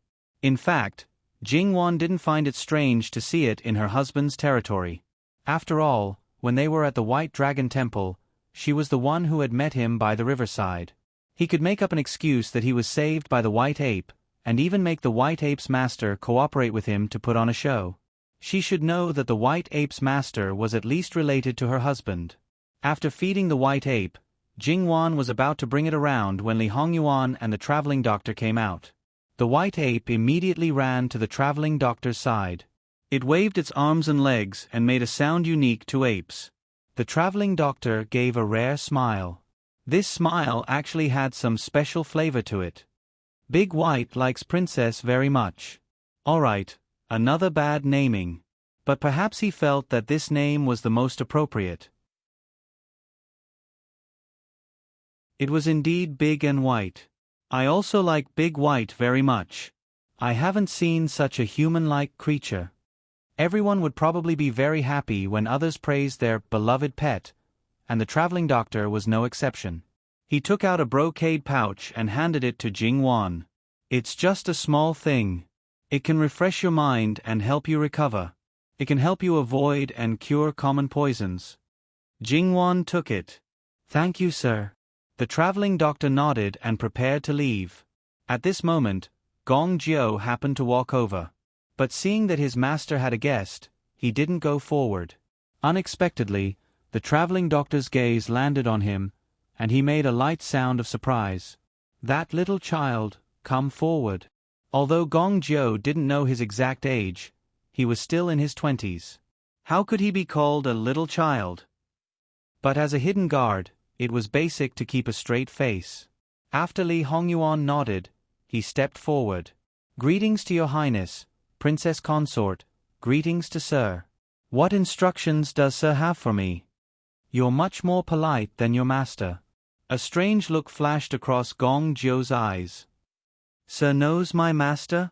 This was passed down to you by your master.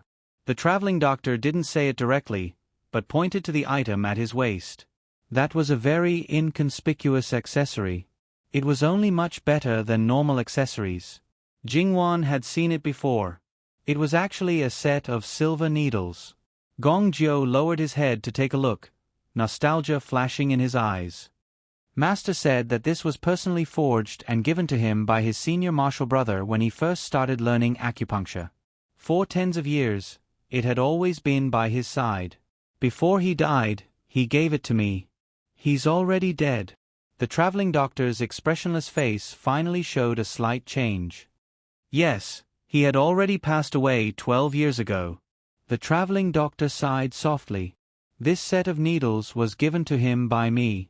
Later on, because of some differences in ideals, we separated and no longer had any contact. I didn't expect that it would be an eternal farewell. But thinking about it, it's not surprising. He had been stubborn since young. Are you working under Jin Qinhuang now? Yes.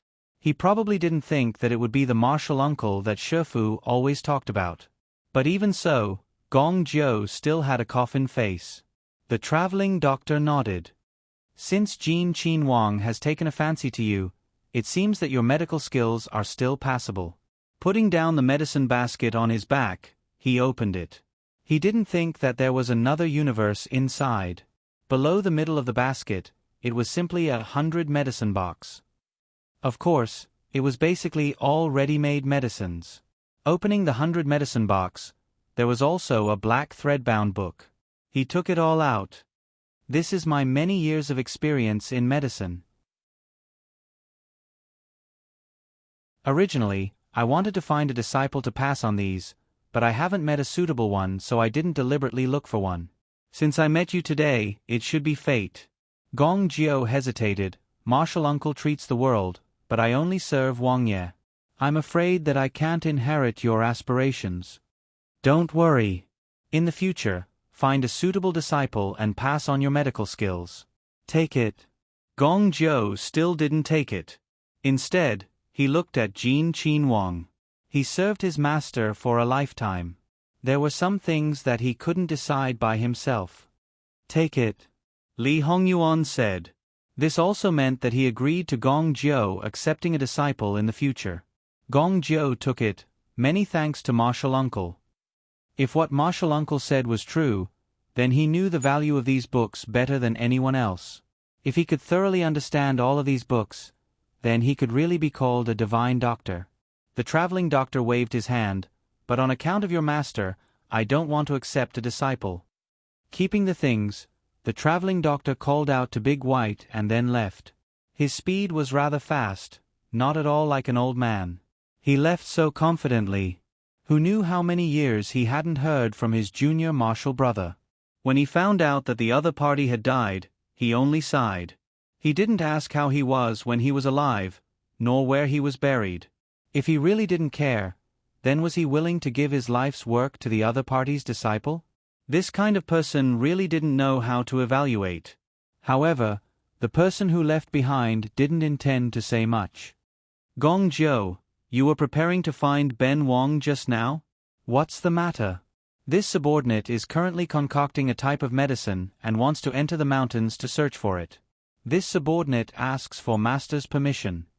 How long will it take? Whether or not you can find it, you must return within 3 days. Approved. Many thanks, Your Highness. Hidden guards were all action-oriented. Gong Jiu might have originally intended to leave directly, but now that he had obtained a few treasures, he definitely had to put them away properly first. After Gong Jiu left. This word, fate, is really hard to say, Jingwan said with a smile. Li Hongyuan responded indifferently. Ah Yuan, why did that gentleman come to see you? He wants to enter the capital to repay a favor from who knows how many years ago. He happened to pass by and came to take a look. Repay a favor? Who is the other party? To be able to make this seemingly powerful old gentleman owe a favor, the other party was also very powerful. However, he couldn't remember how many years it had been, so perhaps it wasn't as heavy as expected. I know the way his keepsake was passed down. I've always had people watching over it, but just in case, there was no movement in the past. A few days ago, the Su family went, and old Madame Su entered the palace on that day. Jing Wan understood who it was. That old gentleman doesn't even remember the time.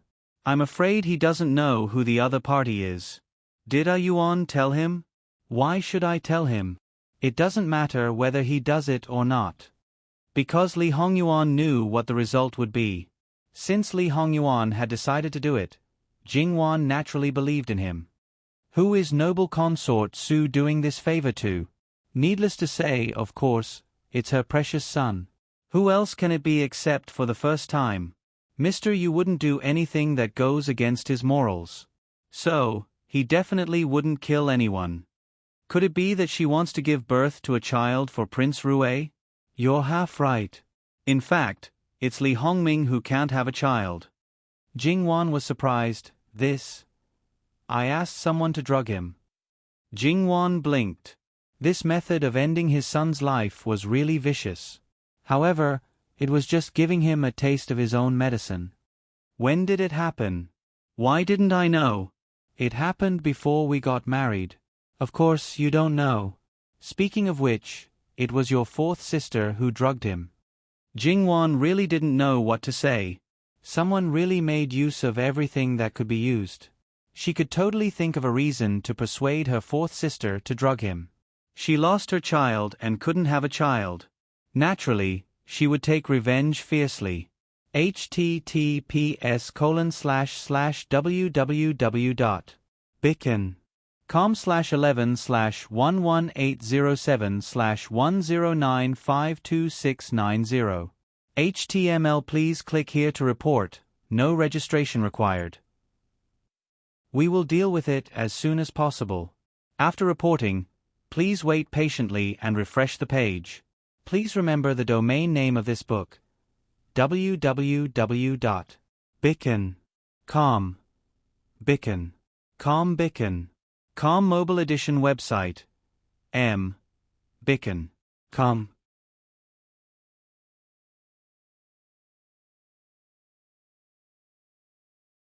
Chapter 468. Jingwan could only say, "Wang Yi, you can do it, you can do it." Looking at a certain person's attitude, that drug probably couldn't be cured. Even that awesome traveling doctor didn't seem to be able to cure it. She wanted to see what kind of expression noble consort Su would have when she found out about this, and what she would do afterwards.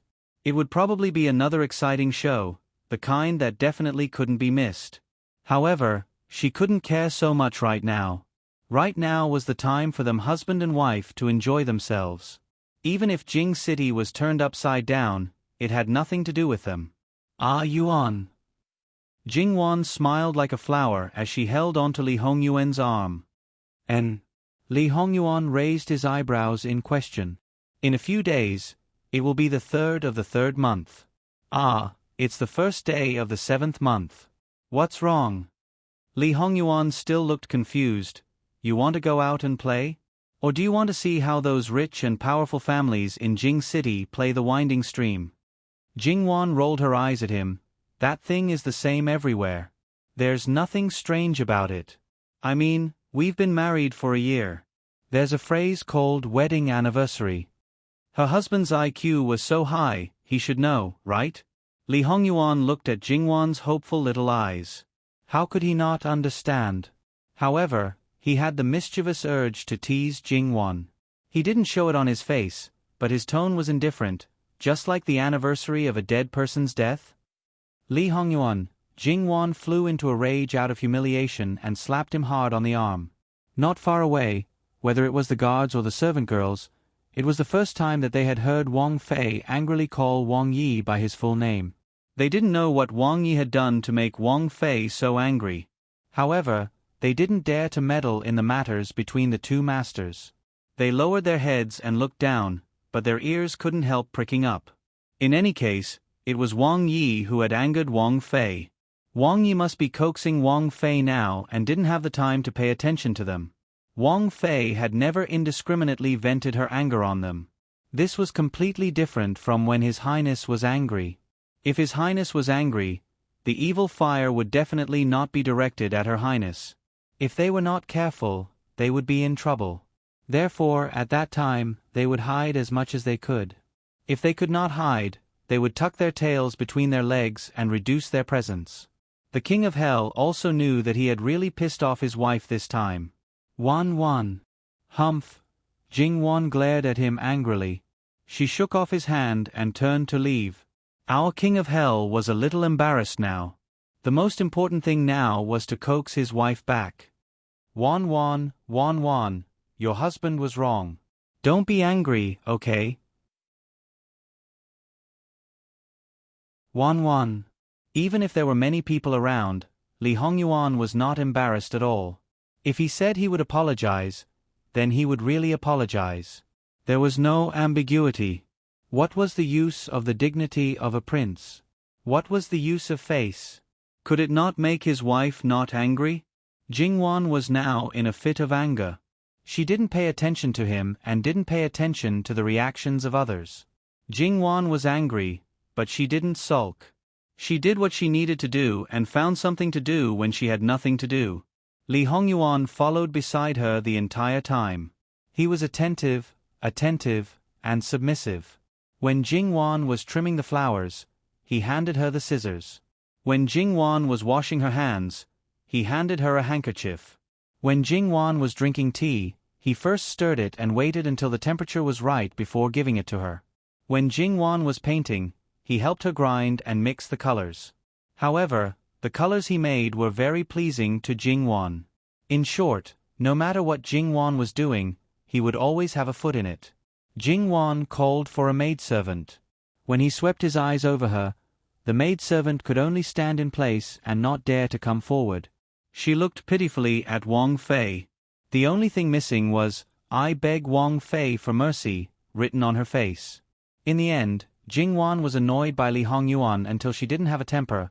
"Wang Yi, you are still a Qin-wang. Don't you find it embarrassing?" With this person's face, it would be strange if she really got angry with him. As long as Wan isn't angry, it doesn't matter if this husband loses a bit of face. Li Hongyuan said with a smile. He was very pure. Jing-wan narrowed her eyes.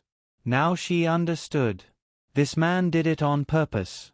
He purposely let people see how excessive and arrogant this Wang Fei was.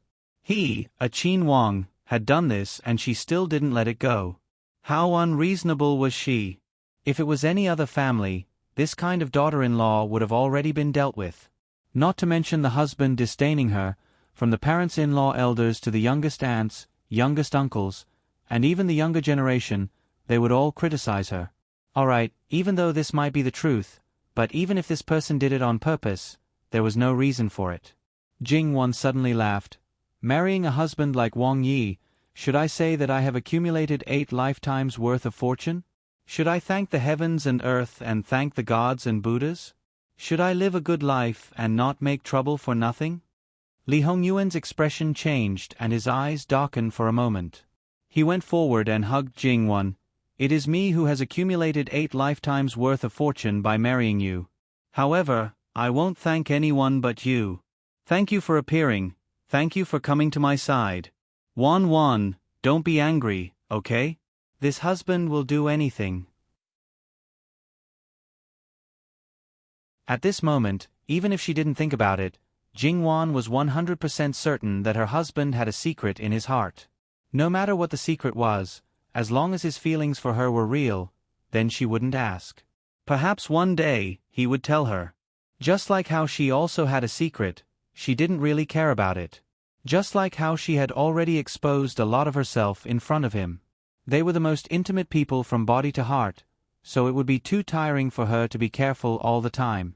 Therefore, she knew that some of her words and actions in front of him had already crossed the line and were not tolerated by the world. She believed in him, and he had never disappointed her. As smart as he was, he should have realized it long ago. The only thing he lacked was to break through that layer of window paper. If he asked, she would tell him. Everyone was tacitly waiting for the other party to ask, waiting for the other party to take the initiative to say. Jing-wan stepped back and reached out to pinch a certain someone's face. She smiled. Is Wang Yi finally done playing? What do you mean by playing? This husband sincerely wants to apologize to Wan. Like this? It's fine if you want me to not be angry. On the 3rd day of the 3rd month, you can arrange it. If this princess is satisfied, then I will forgive you. If not, humph, humph. Wan, won't you give me a hint or something? The King of Hell's face was a little distressed. No, Wang Yi is so wise. I believe that there is nothing that can stump Wang Yi. This princess is quite optimistic about Wang Yi. Alright, then just wait. Li Hongyuan touched Jingwan's nose with a little doting and a little helpless. Jingwan suddenly really looked forward to it. Then what does Wan want to do now? Continue painting, or go out for a walk? Perhaps this husband will take you hunting? Jingwan was naturally interested in hunting, but Jingwan was actually more concerned about other things. I see that a Yuan is very good at mixing colors. Is Ah Yuan's painting also good? Let me see it. Alright, this husband will let you see it. This husband is an all-rounder anyway. It's just painting, it's nothing. A certain someone's face was thick, but since he dared to say it, then he was basically able to do it. The paper used for freehand brushwork was different from the paper used for fine brushwork. Jingwan had actually asked people to improve the paper used for fine brushwork many times. Although she didn't know how to make paper, the Luo family actually had a master who specialized in making paper. If she told them what she wanted, they would always find a way to change it. At this time, she quickly put away the paper she painted on and laid out a piece of uncooked xian paper instead of the half-cooked one. Of course, this was named by Jingwan according to her previous life. These two kinds of paper were actually called xian paper and half-cooked xian paper. Later on, when she came up with fine brushwork, Jingwan changed the name without permission. But this was a small matter, so there was no need to care about it. Just paint a landscape, isn't it very simple? Li Hongyuan raised his eyebrows, but he didn't comment. The characteristics of uncooked xian paper were that it was highly absorbent and permeable. It melted when it came in contact with water, and it was easy to produce rich ink changes. It could receive the artistic effect of water dizziness and ink movement. It permeated quickly and was not easy to master. Therefore, people generally like to use half-cooked xian paper to paint landscapes. Half-cooked xian paper slowly melted when it came in contact with water. It had the ink changes, but it was not too permeable. It was easy to master the drying, wiping, dotting, and dyeing. It could express rich feelings and ink.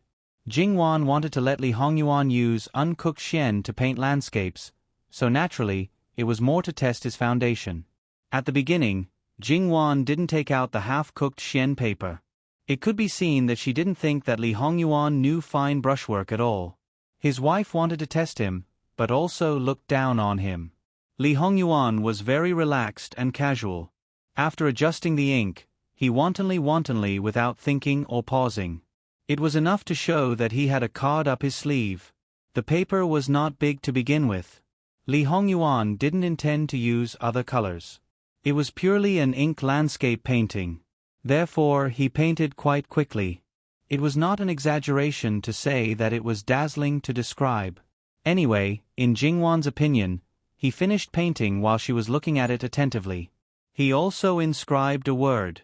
He didn't print it, but he drew a word on it. That was the only bright color in the whole painting. It's done. Princess, please have a look. Li Hongyuan put down the brush with a smile. Jingwan looked at the person, then at the painting, then at the person, and then at the painting again. Then, she silently turned around. The sadness in her heart was like a river flowing against the current. She still had basic artistic cultivation, and she still had basic appreciation. Damn, this level was simply at the level of a master or even a master. How could it be such a blow to her? What happened to being useless except for his appearance? He seemed to be able to defeat her grandfather in chess. His handwriting made everyone praise him endlessly. Now, even his painting was at the level of a master. In the art of war, he crushed He Zhihai in all kinds of ways. He Zhihai might not have learned it at the beginning, but he was still quite good at fighting. Later, he slowly improved. However, Jingwan didn't see him last long under someone's hands. He could casually pick up mountains and rivers, and he could easily pick up a collection of classics and histories. It wasn't an exaggeration to say that he was erudite and knowledgeable. Although he was in the capital, he knew about the affairs of the world. Others were worried about things, but he could casually come up with a few plans. Strategizing in a tent to determine victory from 1,000 miles away. If she didn't summarize, she wouldn't know. She felt that she was completely a slag. Such a man was actually said to be useless? Such people were all worthless. Looking at the whole world, it would be hard to find a few people who were successful, let alone perfect and flawless. They were all scum, scum, scum. This was simply the most ridiculous rumor that Jing-Wan had heard in her previous life. Who exactly made up this damn rumor? Li Hongyuan looked at Jing-Wan, who seemed to be shrouded in darkness and gloominess. He seemed to have accidentally hit his wife. Li Hongyuan was reflecting on himself. Did he use too much strength? In fact, he should have used 30% of his strength. His wife was too fragile. He should really take good care of her. Once again, Li Hongyuan, accidentally, blurted out what was on his mind. Jing-Wan turned around and looked at him gloomily. Shut up. How could he be so arrogant? Could he be more shameless? Li Hongyuan laughed and pulled Jing-Wan over. Whether your husband is useful or not, talented or not, he's all yours, right? You're the only one who can have him. No one else can even dream about having him. Jing-Wan expressed that she liked hearing these words. Her heart was slippery. She reached out and poked Li Hongyuan's chest. Tell me, who exactly said that you're useless? Tell me, I promise I won't beat him to death. Li Hongyuan sighed. Wan, you're a girl. Don't be so cruel. Alright, if a certain someone didn't do it himself, how could an outsider hide his edge? Li Hongyuan kissed the top of her head. Come, Wan, teach your husband how to paint. Do you still need me to teach you? Even if he wanted to mock her, he didn't have to go overboard. Li Hongyuan knocked on her forehead. What are you thinking about again? Seriously, you're getting more and more foolish. Seeing a certain someone put on a painting again, Jing-Wan also understood. Sure enough, the blow just now was too harsh and her reaction was slow. However, it's also your fault that I'm foolish. She was raised to the point that she didn't have to use her brain at all. How could she not be foolish? Alright, it's my fault. I'll take responsibility until the end. From the beginning, didn't he work hard to raise his wife into a fool? Who wants to become a fool? From today onwards, you have to give me at least half of your work first. When I make a decision, you can add more. When it came to mental work, what could be better than doing those things? As you wish. He couldn't ask for more. Anyway, with him in control, he didn't have to worry about tiring her out. With this kind of obedience, Jing-Wan had the misconception that she was being pushed to the side. So, no matter what, she was a loser to him? So, she was being crushed in everything? For a moment, Jing-Wan's mood was not in a good mood. Your Highness's talent is extraordinary. I reckon that you should understand how to draw based on the paintings this concubine has drawn in the past. I think you don't need this concubine to teach you. She was temperamental and changed her face faster than flipping a book. Li Hongyuan accepted it well. His wife was really lively now. Compared to when they first met, she was always mature and steady. This was more in line with what a 16-year-old woman should be like. Li Hongyuan completely ignored the appearance of a married woman. Rather than saying that Li Hongyuan was raising a wife, it was better to say that he was raising a daughter. Of course, when he really had a daughter, that child probably wouldn't receive this kind of treatment. Li Hongyuan's attainments in meticulous brushwork were originally very deep. At this time, he was self-taught, hiding his inadequacies. It was simple. Jing-Wan quietly watched him draw. The side of his face was still perfect. At this moment, there was a quiet and peaceful aura around him.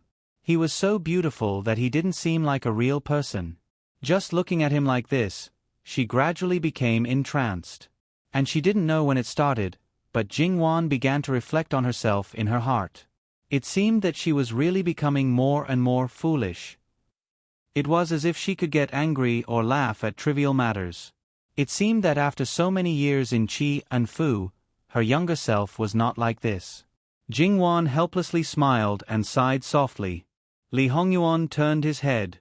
It was obviously because he heard her voice. "What's wrong?" "Nothing." She stood up and walked forward. Just now, she was outside the painting, but in the blink of an eye, she was inside the painting. The two of them spent half a day in the study. There was no romance, no lingering, no whispering. There was only peace and warmth. Occasionally, they would whisper to each other, but from beginning to end, there was a kind of intimacy that others couldn't get in between. At this time, these two masters were the easiest to serve, because they didn't need to be served at all. The next day, Jingwan changed into a simple set of clothes and prepared to go hunting with Li Hongyuan. On the other side, the travel doctor went to the Su family at the request of the Su family. However, compared to yesterday, his attire was very different. There was more beard and wrinkles on his face. His clothes were also more ordinary. Overall, he looked like the kind of person who couldn't be picked out if thrown into a crowd. If they met again, Jingwan probably wouldn't even look at him. And that more recognizable white ape was not by his side. Prince Rue and Princess Rue were already waiting at the Su family. Probably because they wanted to hide their identities, the two sides didn't meet face to face. The travel doctor didn't say anything and directly took the pulse. The speed of taking the pulse was faster than usual. He didn't even change his hand.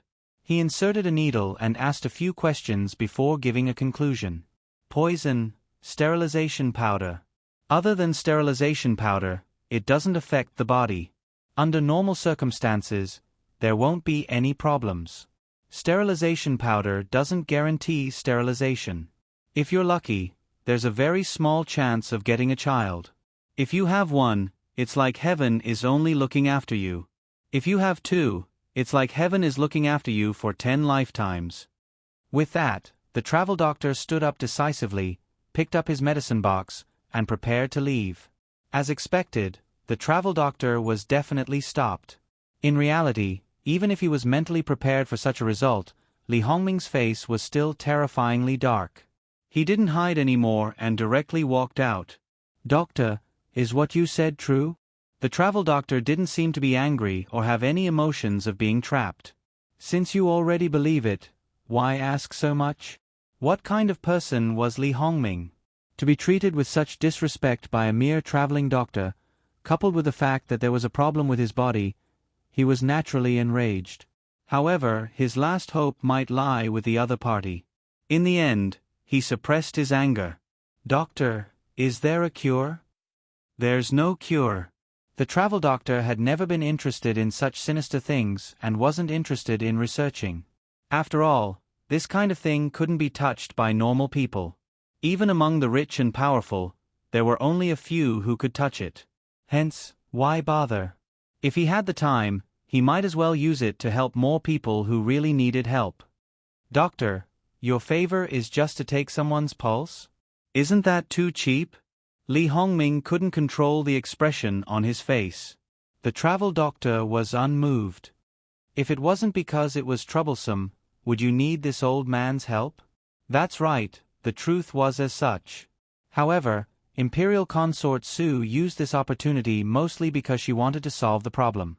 Of course, if there was no problem with her son, it would naturally be best. She would take it as an opportunity in exchange for peace of mind. Although she felt some heartache for losing the opportunity, it was better than being paranoid all day long. Now that there was really a problem, she naturally hoped that it could be solved. In the end, the other party just found out where the problem was and wanted to leave? How could that be? "Doctor, is there really no way to solve it?" "You better think carefully before answering."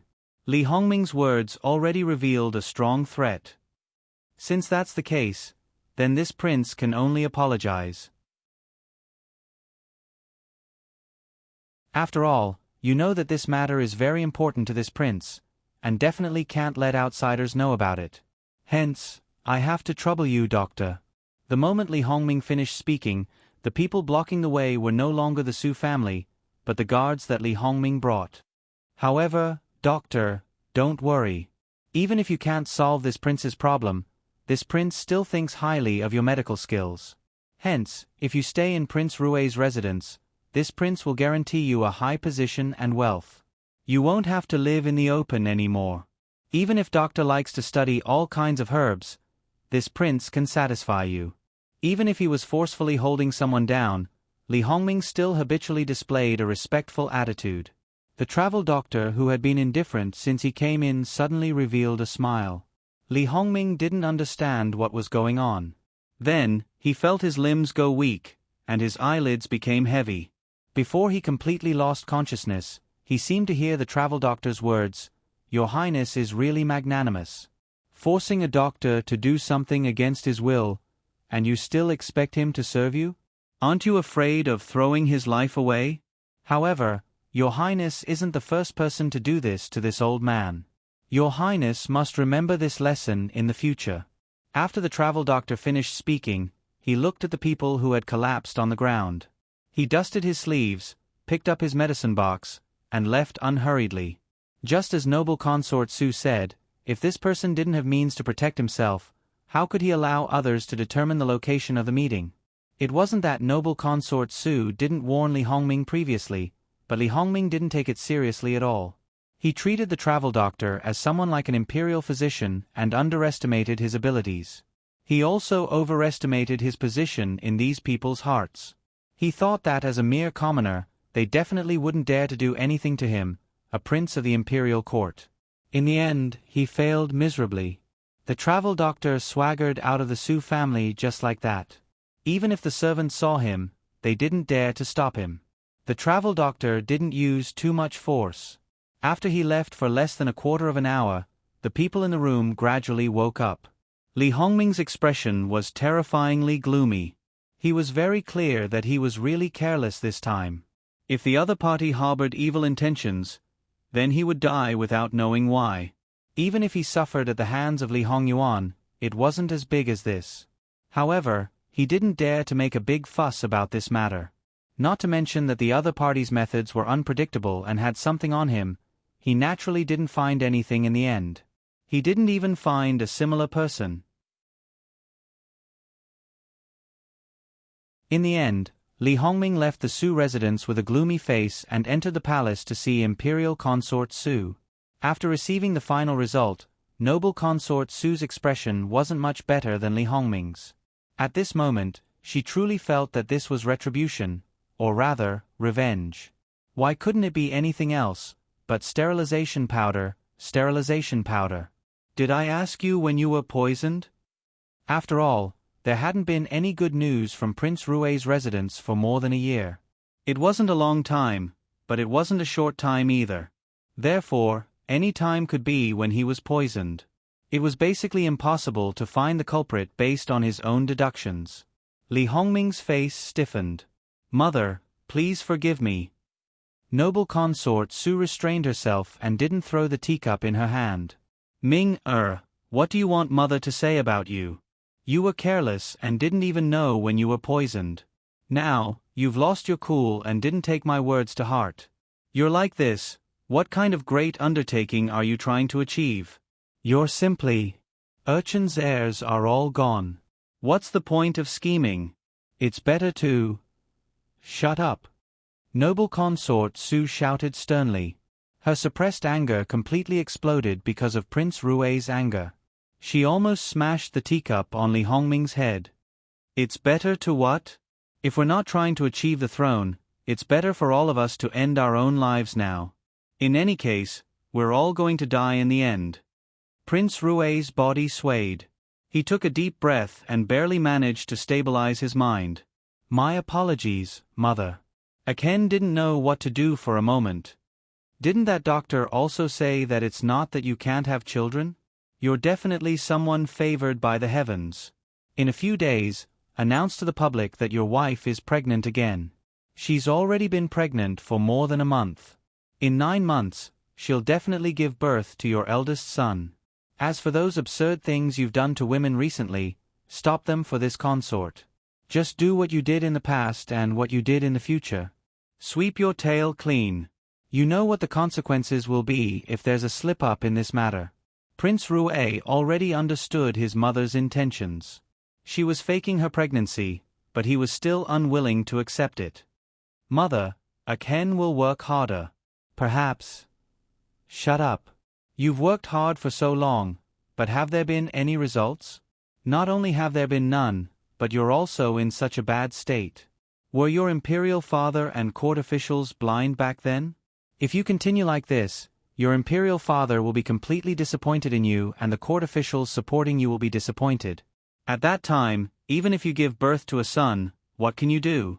Once the dust settles, you'll have plenty of time to give birth. Prince Rue knew that noble consort Su was telling the truth. He really didn't have time to waste on women. The matter at hand was the most important, and his mother's method was indeed the most appropriate. Although there was a great risk involved, after all, if they were discovered, none of them would be able to escape. Moreover, there would be no possibility of turning the situation around. After all, mixing up the imperial bloodline was a serious crime. Aken will listen to mother. That's for the best. Noble consort Su closed her eyes. You can go back first. Yes, Aken will take his leave. After Li Hongming left, noble consort Su's face was full of malevolence. For the first time, she completely lost her demeanor. She viciously smashed the hole to vent the depression in her heart. With the sterilization powder, there's still a chance of giving birth. On noble consort Su's face, it was unknown whether she was rejoicing at this possibility or hating it. When her adopted son was in the early stages of puberty, she had someone give him the sterilization powder. Therefore, for so many years, there had been countless women around him, but there had never been any good news. She wasn't the least bit surprised about this.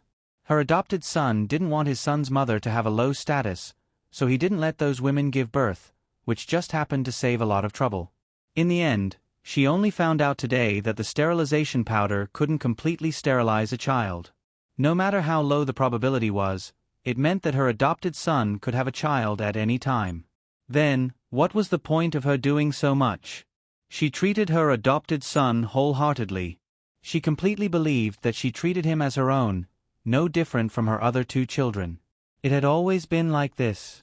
Now, a huge crack appeared in this mother-son relationship. She couldn't help but want to drug him again and kill Madame Luo. At this moment, she was rejoicing that her adopted son had such a strong destiny. The fewer women around him, the easier it would be to clean things up. Fine, since Madame Luo was jealous, then she would help her and completely confirm that her adopted son was a jinx to all the women close to him. Other than Madame Luo, who was very compatible with his destiny, it was best if there wasn't another one. Therefore, there was no doubt that the topic of Li Hongyuan jinx his wife had not dissipated to begin with, but now it had reached a new level. When Li Hongyuan received the news, he didn't care at all. No matter what that woman Madame Su's intentions were, she had truly helped him. However, Jingwan didn't understand what noble consort Su wanted to do. At this moment, Li Hongyuan didn't hide anything and directly told Jingwan about the sterilization powder. Every time Jingwan thought of her husband's encounter, she felt extremely distressed, even if noble consort Su didn't succeed. Because noble consort Su thought that she had successfully drugged you, it was better for me not to have a child for the time being.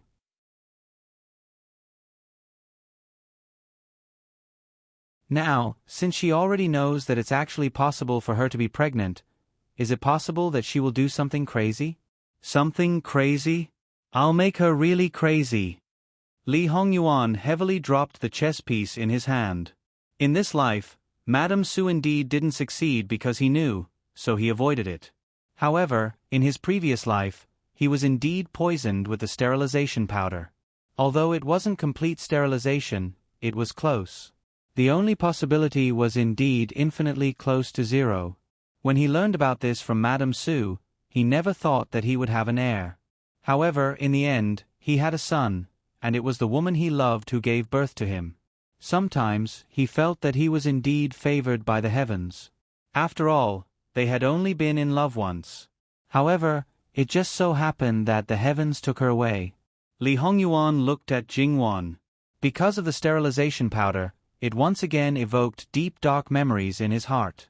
At this moment, his memories and reality were even a little chaotic, making him a little unable to distinguish between them. One moment, it seemed like the current her with a smile, and the next moment, it seemed like she was emaciated and on her last breath, holding the child with a last bit of strength in her hands and giving it to him while telling him, "Your Highness, the child is yours." Even at that time, Li Hongyuan didn't know the full effects of the sterilization powder, but he never doubted that the child was his, nor did he suspect that Jingwan deliberately lied to him for the sake of the child's better life. At that time, he was holding the child in one hand and holding her tightly in the other. There wasn't the slightest expression on his face. He just kept muttering, "Don't die, don't die, don't die." Later, after Li Hongyuan went through that period of time, he clearly knew that he was really on the verge of collapse and madness during that period of time. What allowed him to hold on was perhaps Jingwan's dying prayer, or perhaps she saw through his state, so in the end, she kept reminding him. His good imperial father originally didn't want his life, but in the end, he personally chopped him up, really chopped him up. He did not let go of any of the people who came into contact with him. The entire palace was filled with the stench of blood. It was as if no matter how much he washed, it would not be clean. At that time, no one could wake him up. In the end, someone carried his son to him. The child was crying, and he seemed to hear Jingwan's voice again. It was no wonder that he was so familiar with carrying a child now. In fact, that child had been personally taken care of by him for a long time and never left his side. "Ah Yuan, what's wrong with you? Don't scare me, Ah Yuan." Li Hongyuan came back to his senses. In front of him was the delicate and beautiful Wan, his legitimate wife. She was still alive and well, and now she was looking at him with a face full of worry. Li Hongyuan reached out and hugged her tightly in his arms. "Wan, I won't let anyone hurt you." "Absolutely not. If anyone dares to touch a single strand of your hair, I'll make them regret living in this world." Jingwan didn't care about this now. She just wanted to know what happened to her husband. In that moment just now, it was as if he was a demon god who walked out of hell on a mountain of corpses and a sea of blood. It was so terrifying that it made people tremble. However, Jingwan was really worried about him. His face was as pale as paper, and his temples were wet with sweat. He was in a very bad state. "I'm fine. I just thought of something and was a little bewitched for a moment." "Don't worry. It was really too scary just now." How could Jingwan not be worried? "Then let Gong Jiu take a look at you?" "Okay." If it could make her feel at ease, he would just take her pulse. However, Li Hongyuan kept Jingwan in his arms. He hadn't completely recovered yet. Without her, he might continue to be affected by negative emotions. Jingwan didn't intend to leave. She stroked his back again and again. Gong Jiu came quickly. When he saw Li Hongyuan's state, he knew that his master's situation was not rare. Eunuch Mu, who was on the side, knew better. Since his master was 10 years old, he would be in this state several times a year. At the beginning, it was relatively frequent, almost every month. Later, it gradually decreased. However, since he was engaged to the princess, he basically didn't see her again. Unexpectedly, he had a relapse today, and it was fierce. In fact, Li Hongyuan was quite dangerous now. He was harmless only to Jingwan. Gong Jiu endured the fear brought by his master and felt Li Hongyuan's pulse as calmly as possible. Then he silently stepped back. "Your Highness, Prince is fine. He will be fine after a rest." Jingwan still wanted to ask for more details. Li Hongyuan kissed her to attract her attention. He said with a smile, "I said he was fine." Wan, you don't believe me?" "Huh?" Knowing that he was not in a good state, Jingwan didn't argue with him. The people around them consciously left and didn't dare to disturb them. Li Hongyuan was much better now, but he couldn't fully recover so soon. In fact, He had mixed feelings about his son in his previous life. On the one hand, he was the only one left by Jingwan with their bloodline. But at the same time, he also knew that Jingwan had to bear such a big burden in her body in the end because of that child. He even thought that if it weren't for that child, Jingwan might not die. Except for the beginning, he gave the child the best. But the relationship between father and son was not close. Digression. https://www.bicken.com/11/10807/10952691. HTML. We will deal with it as soon as possible. After reporting, please wait patiently and refresh the page. Please remember the domain name of this book: www.bicken.com. Biku Gur mobile reading website, bicken.com.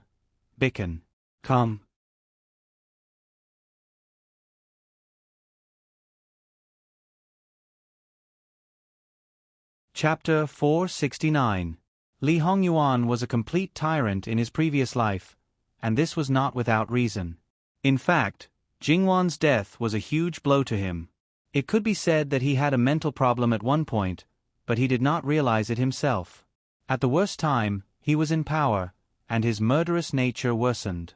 It could be said that if it was not for Jingwan's child, he might have really gone on like that. The result could be imagined. Even so, Li Hongyuan spent a considerable amount of time to control his emotions and temper, so that he could barely be considered a normal person. However, because of the early impact, it could not be erased. He was decisive and wise in handling political affairs, but once a court official committed a crime, his methods were quite ruthless. It could be said that he would seize the property and exterminate the family at the slightest provocation. Therefore, although he was a tyrant, his reputation among the people was actually very high. Therefore, Li Hongyuan's current temperament was actually accumulated at that time. Compared to that time, it was actually much better now. Of course, it was also possible that he had hidden it deeper. The reason for this was probably because he was the emperor at that time, and he did not have any fetters or concerns. Even if he restrained his temperament, it was still limited. It was different after his rebirth. However, it was precisely because of his rebirth that his obsession with Jingwan deepened. Because she was still fine, he had the opportunity to have her. Jingwan's death in his previous life was a huge blow to him, but he was also very clear that she was gone. He also knew that the dead could not be brought back to life. Although he missed her deeply in his bones, he did not do anything morbid. If he did, it would be the ultimate insult to her. Moreover, they were only husband and wife for one night, so it was not legitimate. Perhaps it was because of this that he would occasionally indulge himself, even though he knew that Jingwan actually hated men hugging women. This was because he did not even have the right to protect her body. She was the mother of his only son, but before she died, she had specially instructed him not to enter the imperial mausoleum or the Fu family's ancestral grave. She was not a member of the royal family, so how could she enter the imperial mausoleum? Furthermore, as Fu Yunting's wife, she had slept with another man and even had a child. No matter the reason, even if they were only husband and wife in name, it was still a real betrayal. After betrayal, how could she still have the face to occupy the position by her husband's side? She was strict with others, and was equally strict with herself. In fact, Li Hongyuan was very jealous of Fu Yunting. It was not only because of Jingwan's sacrifice for the Fu family, Fu Yunting, and her loyalty to Fu Yunting. Therefore, even though he had taken another man's wife in his previous life and even had a child with her, and in this life, Jingwan and Fu Yunting did not have any interaction at all, he still could not resolve the thorn in his heart. Because, even if they chose another place to bury her, she would still carry the title of Madame Wu Anho. Because of Fu Yunting's overturning of the case, everything that she had done was known by everyone. Everyone respected her and worshipped her. However, she was also firmly linked to Fu Yunting. At that time, Li Hongyuan's heart was not completely black. He cared about Jingwan's reputation and did not want her to be condemned by everyone. Therefore, he could only watch on helplessly. Other than Li Hongyuan himself, no one knew who his son's biological mother was. Even the Luo family did not know. Even the guards who followed him to see her for the last time and brought his son back did not know that she was actually the daughter of the Luo family and Madame Wu Anho. Later, he did mention his mother to his son, even with a bit of malice. In the end, his son told him that he knew everything. He had accidentally seen the portrait that his imperial father gave his mother and heard his imperial father's drunken words. He knew that it was Madame Wu Anho. He did not know where his mother's grave was and had never paid respects to it. However, he had always worshipped a nameless memorial tablet. This was something that many people in the palace knew, except for Emperor Li Hongyuan. The palace servants knew that the crown prince valued that memorial tablet very much and no one could touch it. They also vaguely understood that the memorial tablet represented the crown prince's biological mother. The crown prince also knew that his imperial father did not like him. Even the palace servants said that before he was 1 year old, his imperial father had personally taken care of him. He was bestowed the title of crown prince before he was 1 year old. He did not have any other siblings.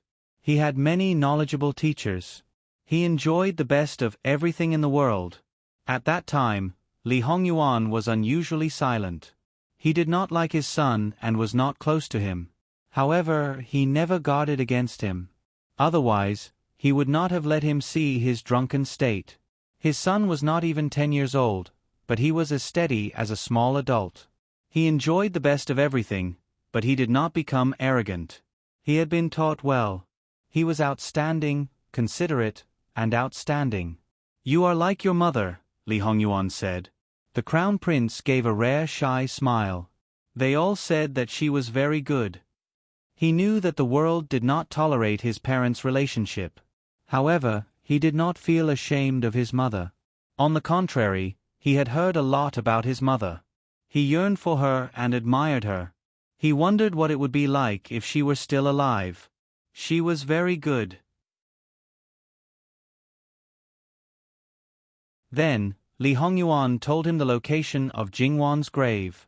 Li Hongyuan felt that he did not have the right to pay respects to her, but their son definitely did. No one in the world was more qualified than this child. Since then, the crown prince would pay respects to her at least twice a year, rain or shine. Perhaps after that time, the father and son were still not close. However, Li Hongyuan began to teach him how to be an emperor. He did not just leave him to the imperial tutors. After all, those people were still officials. Of course, this was something that people were happy to see. However, the officials were secretly worried that Li Hongyuan's extreme ideas would affect the crown prince. They did not dare to say anything to Li Hongyuan. They could only teach the crown prince some things in secret. The crown prince was well aware of this. However, he never pointed it out. He just learned seriously. Therefore, when Li Hongyuan felt that his son was not like him and that he might be bullied after his death, the officials felt that the crown prince was benevolent, generous, wise, and decisive. The crown prince, who was gradually growing up, was actually proficient in the study of the emperor and the thick black theory. Moreover, Li Hongyuan introduced him to political affairs at an early age. He even handed over some unimportant matters to him. This was real practice, not an armchair strategist. Therefore, it was a typical white bun stuffed with black sesame seeds. In this way, Li Hongyuan left a lot of trump cards for his son to ensure his stability. It was actually a little redundant. Those things were just icing on the cake, even though the crown prince was not even 17 years old when he ascended the throne. There was another thing that Li Hongyuan did not know. After his death, his son buried him with Jingwan. The coffin in the imperial mausoleum was actually empty. The crown prince used this method to let his parents live and die in the same room. He only hoped that they could be legitimate husband and wife in their next life. Perhaps this was the only thing he could do as a son. Li Hongyuan was reborn. His goal was Jingwan, Jingwan, Jingwan. Everything else was secondary. His goal was to lay the foundation for Jingwan, or to hold up the sky for her. But this time he could do whatever he wanted. He could stand by her side in a dignified manner. The one who did not have the right to do so would be someone else. Therefore, his heart could not be any darker. Anyone who obstructed him from achieving his goal, regardless of whether they were innocent or not, would be eradicated without mercy. There was no reason to be merciless. It was just that at the beginning of his rebirth, his body was young and he could not do anything. When he did not have power, he exposed himself too early. As for losing everything before he even started, he was definitely not that kind of stupid person. During those few years, everything forced him to endure. As the saying goes, 100 years of endurance turned into steel. And Jingwan felt that the king of hell was a perverted lunatic. In fact, she did not wrongly accuse him. He did have some mental problems occasionally. It was a side effect that was carried over from his previous life. Because he made Jingwan his rightful wife, to a certain extent, it was very good to appease him. At least on the surface, he seemed to be fine. However, it was true that 100 years of endurance turned into steel. Hidden in the depths of his heart, it was actually more serious. After a few years of endurance and silence, he could not erupt. Naturally, it was even more perverted. Paranoid possessiveness, perverted control. He was only afraid of scaring Jingwan, so he still controlled himself. If he did not have those few years in the palace, if Li Hongyuan had the opportunity to show off his skills when he came back, if he could keep Jingwan by his side from the beginning, then even if he was reborn, the relationship between him and Jingwan might be even more tragic. No one dared to disobey a king who was used to doing as he pleased. Even if there were times when he knew that he should not do so, he might not be able to control himself. Jingwan, on the other hand, was a strong person in her bones. She was amenable to coaxing but not coercion. If Li Hongyuan really used a forceful attitude to possess her and did not use gentle methods to conquer her heart first, Jingwan was bound to resist. And her resistance would naturally stimulate his tyranny, causing his methods and attitude to become even more severe. Therefore, that was a vicious cycle. At that time, it would not only be a tragedy, it would definitely be a tragedy of tragedies. From the development of the current situation, his obsession did not disappear just because he got what he wanted. Instead, it became deeper and deeper. It could be said that there was no deepest, only deeper and deeper. His illness was probably something that even the best psychiatrist could not cure. Let's ask, for such a man, what were the chances of him having a change of heart? Jingwan did not know what he was thinking of, but the look in his eyes was a little strange. She did not know what made him have such a big reaction, making someone as strong as him be trapped and bitterly struggling. However, Jingwan would not forget the reason for this step. In the end, it was still the sterilization powder. At this moment, Jingwan also hated imperial concubine Su Shi. She wished she could tear her body into pieces. Jingwan leaned over and kissed him on the corner of his mouth. She softly called, "Ah Yuan," without stopping. Li Hongyuan's eyes became clear again. He followed Jingwan's action and kissed her back. There was no lust, only the joy of regaining what he had lost. As long as she was still alive, as long as she was by his side, that was enough. At the very least, at this very moment, everything that Li Hongyuan wanted was so insignificant. Wan will always be by my side. You won't go anywhere, right? Jingwan hugged him. Yes, I will always be by your side. In life and death, I will never leave you. Then let's not have children, okay? It's always just the two of us. Li Hongyuan leaned on Jingwan's shoulder and tilted his head. Jingwan suddenly became anxious. Ah Yuan, what do you mean? Are you under the sterilization powder? You just don't want me to worry, so you lied? It doesn't matter. Didn't the old gentleman say it was still possible? And when Gong Jiu's medical skills improve, maybe he can cure the sterilization powder. Ah Yuan, maybe. Wan. Li Hongyuan was a little amused. His wife obviously misunderstood. In fact, Jingwan couldn't be blamed. Her husband was a real man in a feudal society. Male power was paramount. He was also a prince and might be the emperor in the future. How much importance did he attach to children? Therefore, it never occurred to her that he really didn't want children. Don't be nervous. Listen to me. It has nothing to do with the sterilization powder. Old Mr. Yu has checked my pulse. My body is very good. I don't want children because I'm worried that your body will suffer. When Zhou something Shuang gave birth, I had similar thoughts. Also, I don't want anyone to distract your attention. I hope that you will always pay attention to me. Do you understand? It had been a long time, but because he thought of his son in his previous life, the blurry face gradually became clear. The boy didn't look like him. Although he was a young boy in his teens, he was also tall and handsome. His face didn't reach his level, but it was better than many people.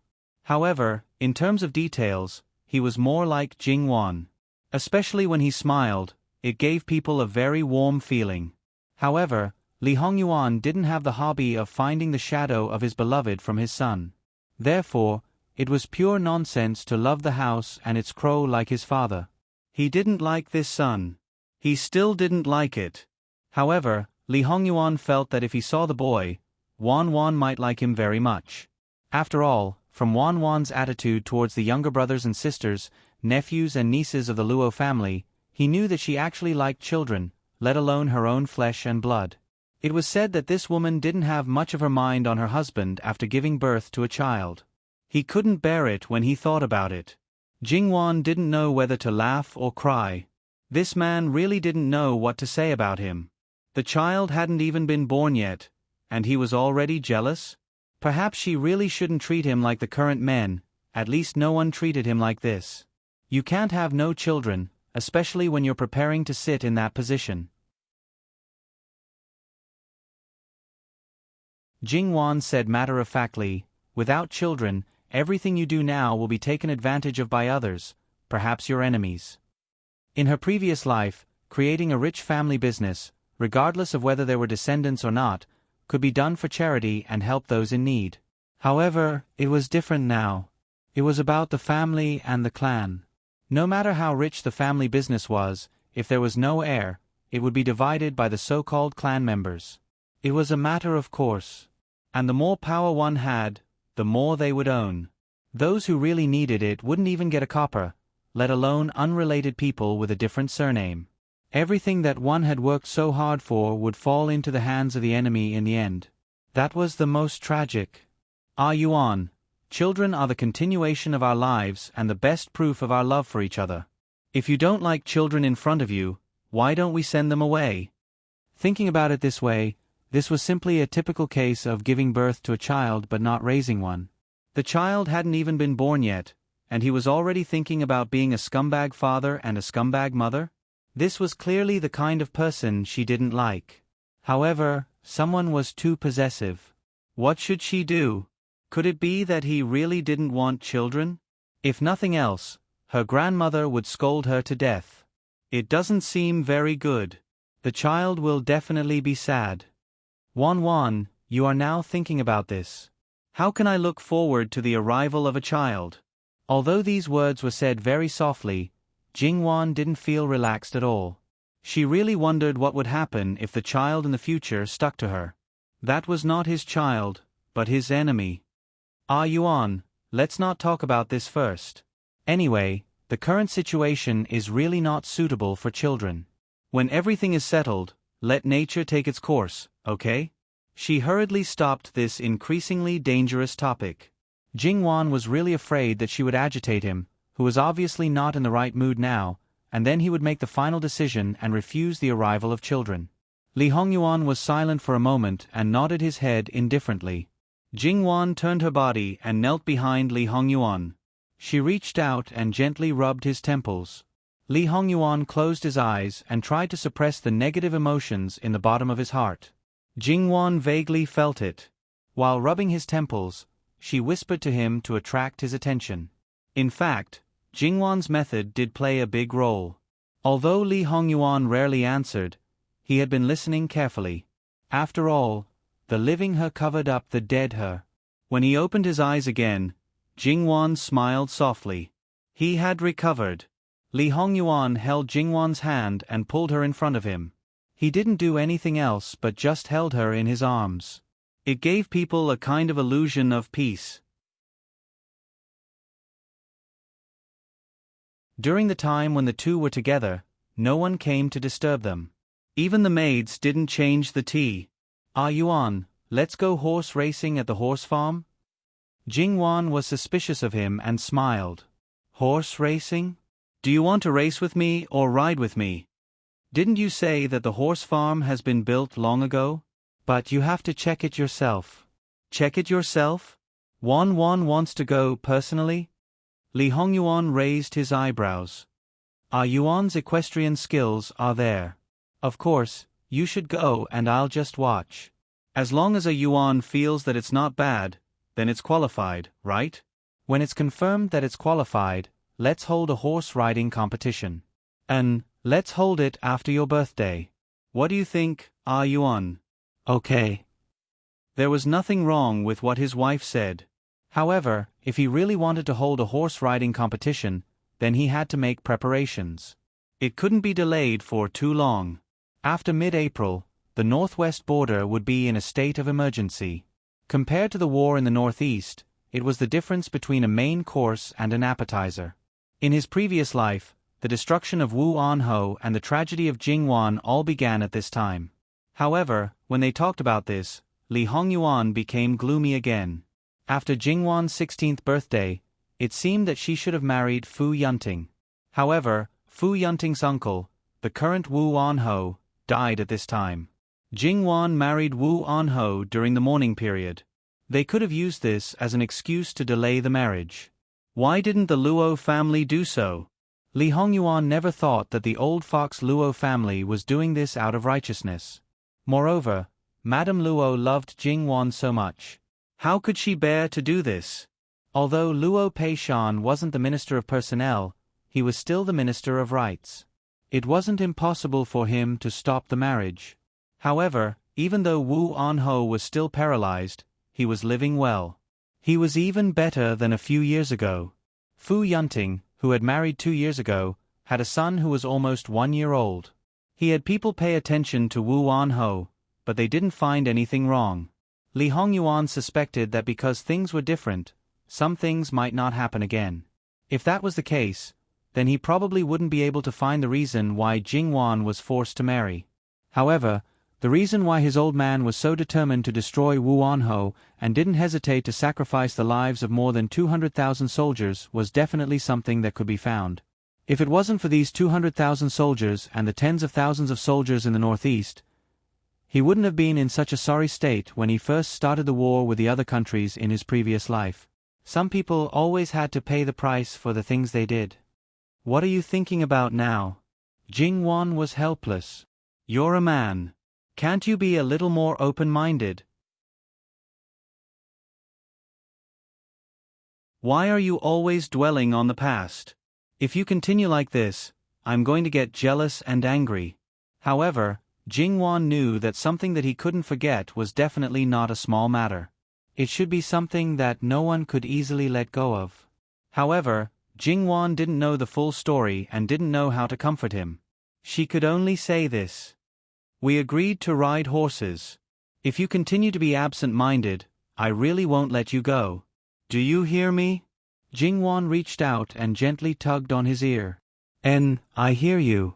I won't be absent-minded again. Jingwan wanted to let Li Hongyuan vent his emotions. Although he suppressed it, it would definitely do more harm than good if he kept it bottled up in his heart.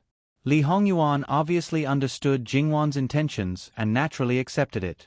https://www.bicken.com/11/11807/11043421.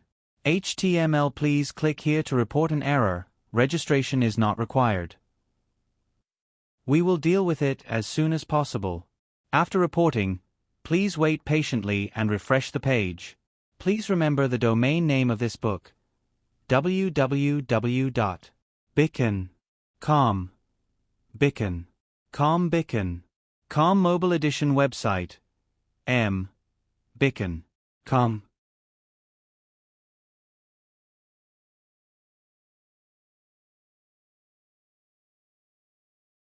Chapter 470. With such a tacit understanding, Li Hongyuan really ran around and showed off in front of his wife. However, he showed off too much. Not only did he fail to attract his wife's admiring eyes, but he almost scared Jingwan to death. According to Jingwan's original design, in addition to being a dedicated top horse racing track, it also had many characteristics of the equestrian club in her previous life. Therefore, it was natural to pay attention to safety. However, when she was really in it and watched her husband show off in different clothes, she realized that some places had been changed beyond recognition by someone. In other words, a lot of things had been added to the original foundation. Not to mention safety, it was simply a synonym for thrill and excitement. Jingwan looked at it and felt her heart was about to jump out. When she came here, she wanted to say that it didn't look like a track at all. However, it turned out that this man didn't want a normal horse race at all. The first time she saw his horsemanship was at the birthday banquet of Great Elder Princess when she came to the capital the year before last. From the perspective of a pure spectator, she felt that it was thrilling. In addition to the concern that almost everyone had, she was naturally deeply impressed like the others. She sighed that Prince Jin's horsemanship was a little too good. But now, compared with the water cloister, rockery, stones hidden in the water, and the specially designed track in Great Elder Princess's mansion, it was much more complicated. People who didn't have enough psychological endurance would probably cover their eyes 99% of the time, fearing that the rider would have an accident and die on the spot. Jingwan was no longer a pure spectator. The man who was courting death was her husband, the person she cared about most. On the spectator stand, she held the guardrail tightly with a pale face. Even if she was extremely scared, she still stared at him without blinking. Many times she wanted to ask him to stop, but in the end, the words were stuck in her throat. She was afraid that if she spoke, she would distract him and cause an accident, so she bit her lip until it bled. His heart was beating wildly. Li Hongyuan, do you know what you were doing just now? You just don't know how dangerous it was. You could have lost your life if something went wrong. Even if you're unhappy, you can't vent your anger like this. You're not venting your anger. You're courting death. You. Li Hongyuan scolded Jingwan, what are you doing? You just don't know how dangerous it was. You could have lost your life if something went wrong. Li Hongyuan didn't get a hug from his wife. Instead, he got scolded. He was a little unhappy, but he knew that she was worried. Wan, don't worry. I'm fine. You have to believe me.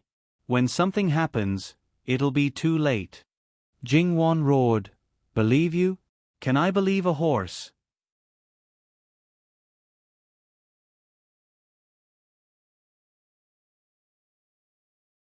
If the Ministry of Works comes to ask for money, just tell them directly. This princess consort is unhappy. When I'm happy, then I'll pay. Her own husband couldn't bear to torment her, so naturally, he would torment others. You don't have to pay. It was only a few thousand taels. Li Hongyuan didn't care. Jingwan coolly glanced at him. The living king of hell tactfully shut his mouth. This disaster had already been thrown out, only a fool would pick it back up. In fact, the Ministry of Works had always liked to build things for Jin Qin Wang. Because Jin Qin Wang was generous and never defaulted, everyone liked it. They were more enthusiastic than building anything for the emperor. After all, whatever the emperor built, it was basically paid from the national treasury. Then, it had to go through the Ministry of Revenue. The Ministry of Revenue was a group of misers. They specialized in procrastinating. They didn't like it the most. This time, Jingwan was even more unreasonable. Even though they were taking the blame for Jin Qin Wang, but because it was Jin Qin Wang, there was even less room to reason. Therefore, in the end, they could only pinch their noses and endure, and wait for Jin Qin Wang's anger to subside. A few thousand taels, to Li Hongyuan, was not a problem at all. But to the people in the Ministry of Works, it was not like that. There were so many craftsmen working. Even though they might not belong to the Ministry of Works, but they still received work from the Ministry of Works. However, Jingwan wasn't a mean person.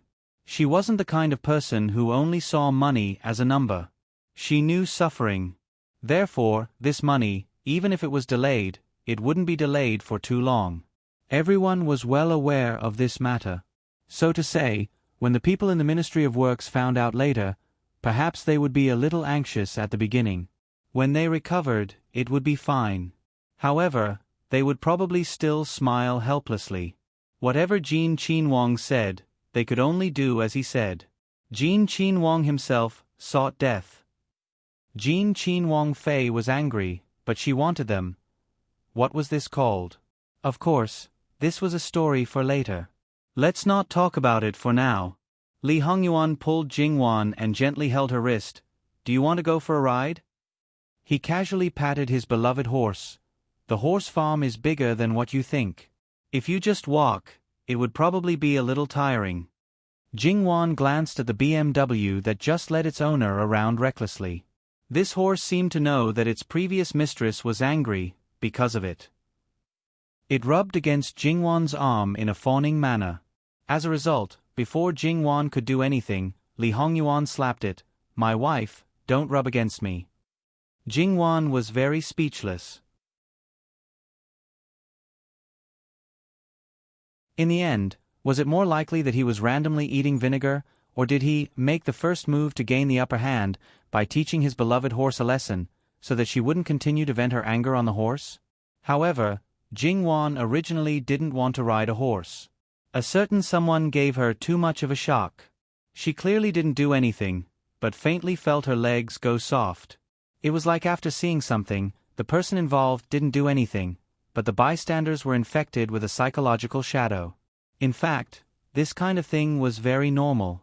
The more you cared about it, the more it was like this. Just because of this small episode, Jingwan seemed to have improved a lot. Li Hongyuan flipped onto the horse, lowered his head and reached out to Jingwan. His gaze was unusually focused and serious, with an indescribable tenderness and sweetness. In the end, Jingwan didn't refuse. She put her hand in his palm, and with his strength, she easily sat in front of him. With a light shake of the reins, the horse started to move. Its speed was only a little faster than a person walking. This horse farm, as Li Hongyuan said, was larger than Jingwan expected. The expanded area was actually completely a leisure area. It could simply become a top leisure club without special services. It was simply a waste not to use it to make money. However, according to a certain someone's wealth, it was not standard to use it to make money. But wouldn't it be more wasteful to just leave it like this? Moreover, even if the two of them came to sit from time to time, it would be too cold and cheerless. So, why did a certain someone make this part out? Didn't Wan say that we want to make money? Since this place has been demarcated, naturally it is not suitable for us to live in. I don't lack money, but the National Treasury will never complain about having too much money. Li Hongyuan said a little unhurriedly. Jingwan instantly understood. If this place was really developed, it would definitely be very profitable and popular. At that time, the one on the throne would be suspicious again. However, if it was only under their name, it would actually be managed by the emperor's people and the income would be put into the national treasury. The one on the throne would definitely be very happy. After all, there were so many rich people in the capital, and so many old and young masters threw a lot of money into various squandering dens every day. Now that a part of it was snatched to fill the national treasury, it would be strange if Lu Chengdi was not happy. In such a way, even if someone was jealous and wanted to find fault with them in the future, they would be suppressed by Lu Chengdi in seconds without having to do anything. Why not?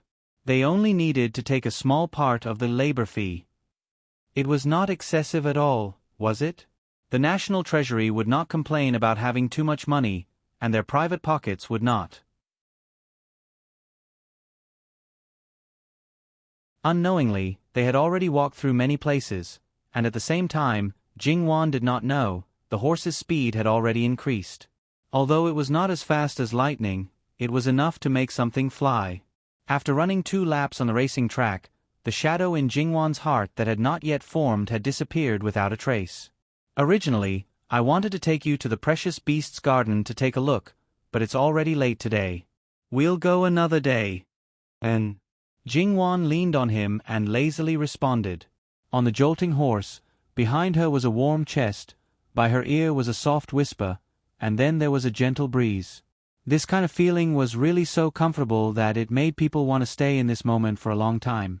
Perhaps it was because he felt Jingwan's mood.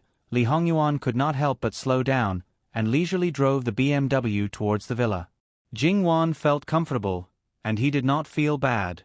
At least, the negative emotions had disappeared, and his heart had become calm again. Sure enough, he probably could not leave her in this lifetime. However, he had never thought of resisting and leaving. Back at the villa, Li Hongyuan dismounted and then carried Jingwan down. In the following days, Li Hongyuan and Jingwan seemed to have things to do. What was Li Hongyuan busy with? Wasn't it Jingwan's wedding anniversary?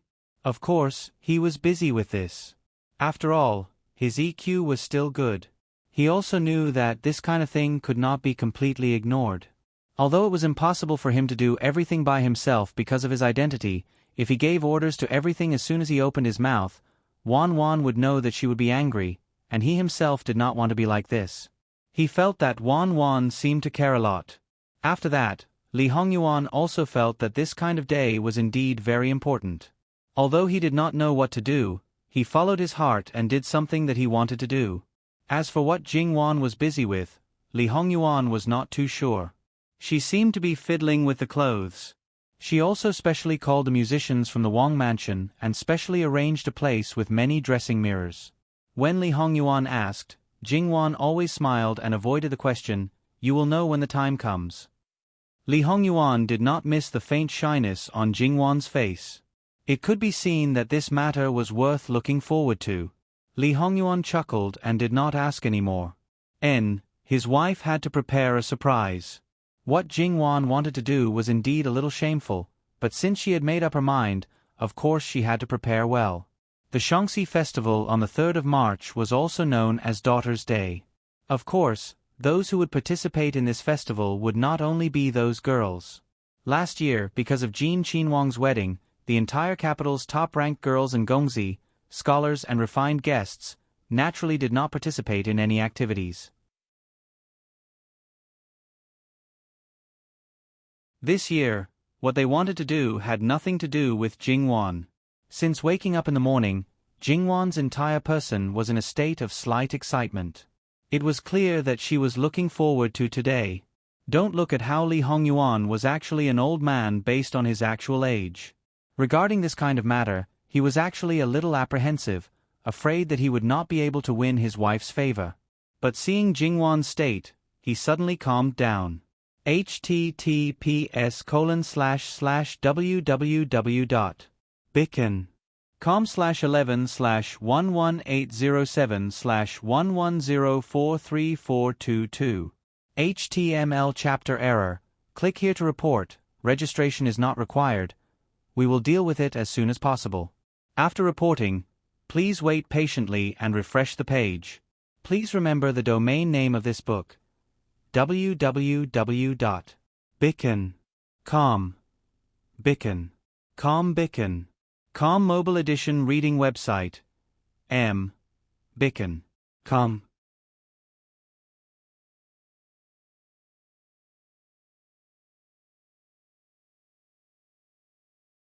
Chapter 471.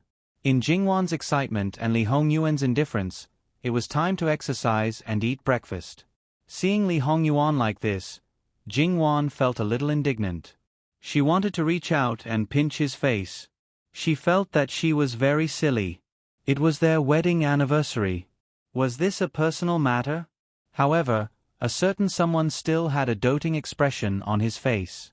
It was different. At least the feelings he expressed now were more obvious. Jingwan could only withdraw her hand resentfully. She hated being bullied the most. Although if he resisted, she should be miserable. Therefore, no matter what, it was wrong. Jingwan felt even more depressed. Li Hongyuan found it funny. He pulled Jingwan in front of him and stroked her hair. "Let's go." Jingwan's gloominess was swept away, and she was beaming with joy again. Therefore, Jingwan was actually like many women. She was very easy to coax. She didn't care about what to do. What she cared about was who she was with. As long as it was the person in her heart, she would be happy. Knowing that today was a special day for the two masters, whether it was the servants, the guards, or the secret guards, it could be said that everyone was very well behaved. While doing their duty, they tried their best not to disturb the two of them. Therefore, with such masters, they were quite idle, but at the same time, it was not easy to do things. Because when she came last year, she had already explored the entire manor. In Jingwan's opinion, there shouldn't be any changes this year. In the past few days, she was leisurely and didn't want to walk around. Anyway, she had a lot of time. However, when she was brought out by Li Hongyuan today, she realized that this place had also changed a lot. Overall, it might not have changed much, but in the details, it showed a unique style of infinite beauty. March was originally a good season for entering spring. Everything was recovering and flowers were blooming. Because Jingwan liked it, this manor was built in this direction from the beginning. Some things, the living king of hell could do silently. However, there were some things that he naturally wanted to take credit for. Was the living king of hell such a person who blindly did things and didn't express anything? Obviously not. The benefits that he should ask for were absolutely not small, especially if it came from his wife. It was 10 times or 100 times more. It could be said that the entire manor, other than the side courtyard where they lived, was basically filled with all kinds of flowers and trees that could be seen as far as the eye could see. Some were forests, and some were solitary flowers. After careful care, reasonable placement, and mixing with the mountains and rivers, there wouldn't be a situation where too much would make it seem ordinary, and it wouldn't make people lose their artistic conception and become artificial.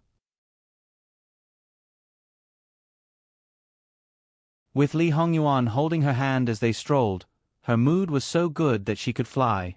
Ah, these were all done when we went to Zhongnan last year? Isn't the timing just? Wasn't it just right? When they met again, it was a completely different scenery and a different kind of joy. Could it be that a Yuan is going to use the ready-made things prepared last year to send me away? Jingwan pretended to be unhappy, but the smile in her eyes couldn't be concealed. If that's the case, then I don't need to be busy before. Jingwan smiled until her eyes turned into crescents. She completely let go of her temper and did not care about the rules at all. To put it in a more elegant way, she was like a butterfly flying recklessly among the flowers.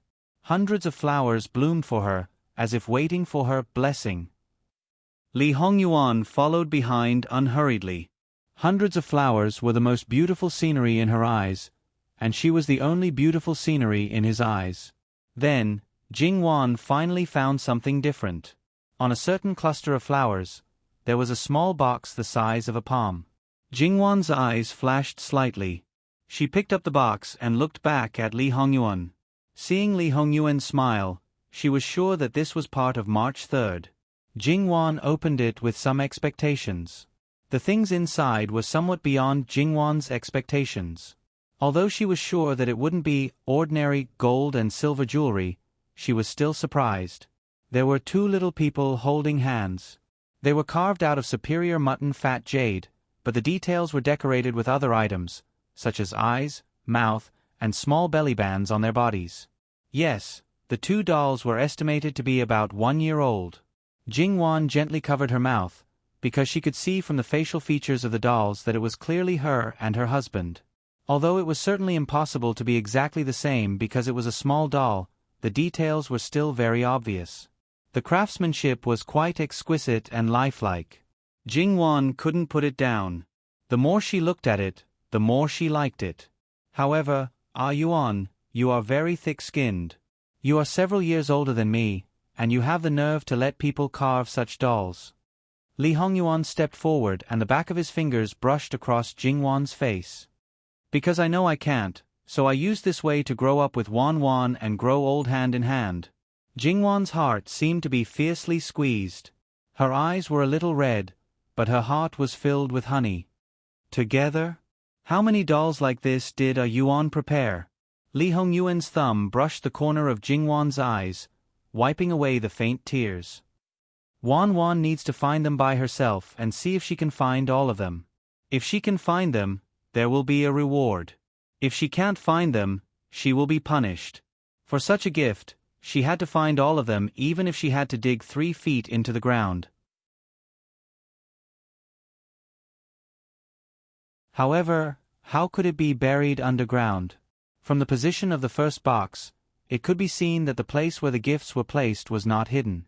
She was afraid that there were too many of them and it would be difficult to find them all. After all, the place was so big that even the most obvious place could be overlooked. Jingwan was full of fighting spirit. She vowed to find all the things and the dolls. After that, it was no longer a simple appreciation of the scenery. Jingwan began to search for treasures. Because there was no hurry to find them, although it took a long time, it was not tiring. Moreover, tea, snacks, melons and fruits were prepared. They were either placed on special tables and chairs that were integrated with the surroundings, placed on a rockery, or placed next to a flower pot. Occasionally, there was also wine.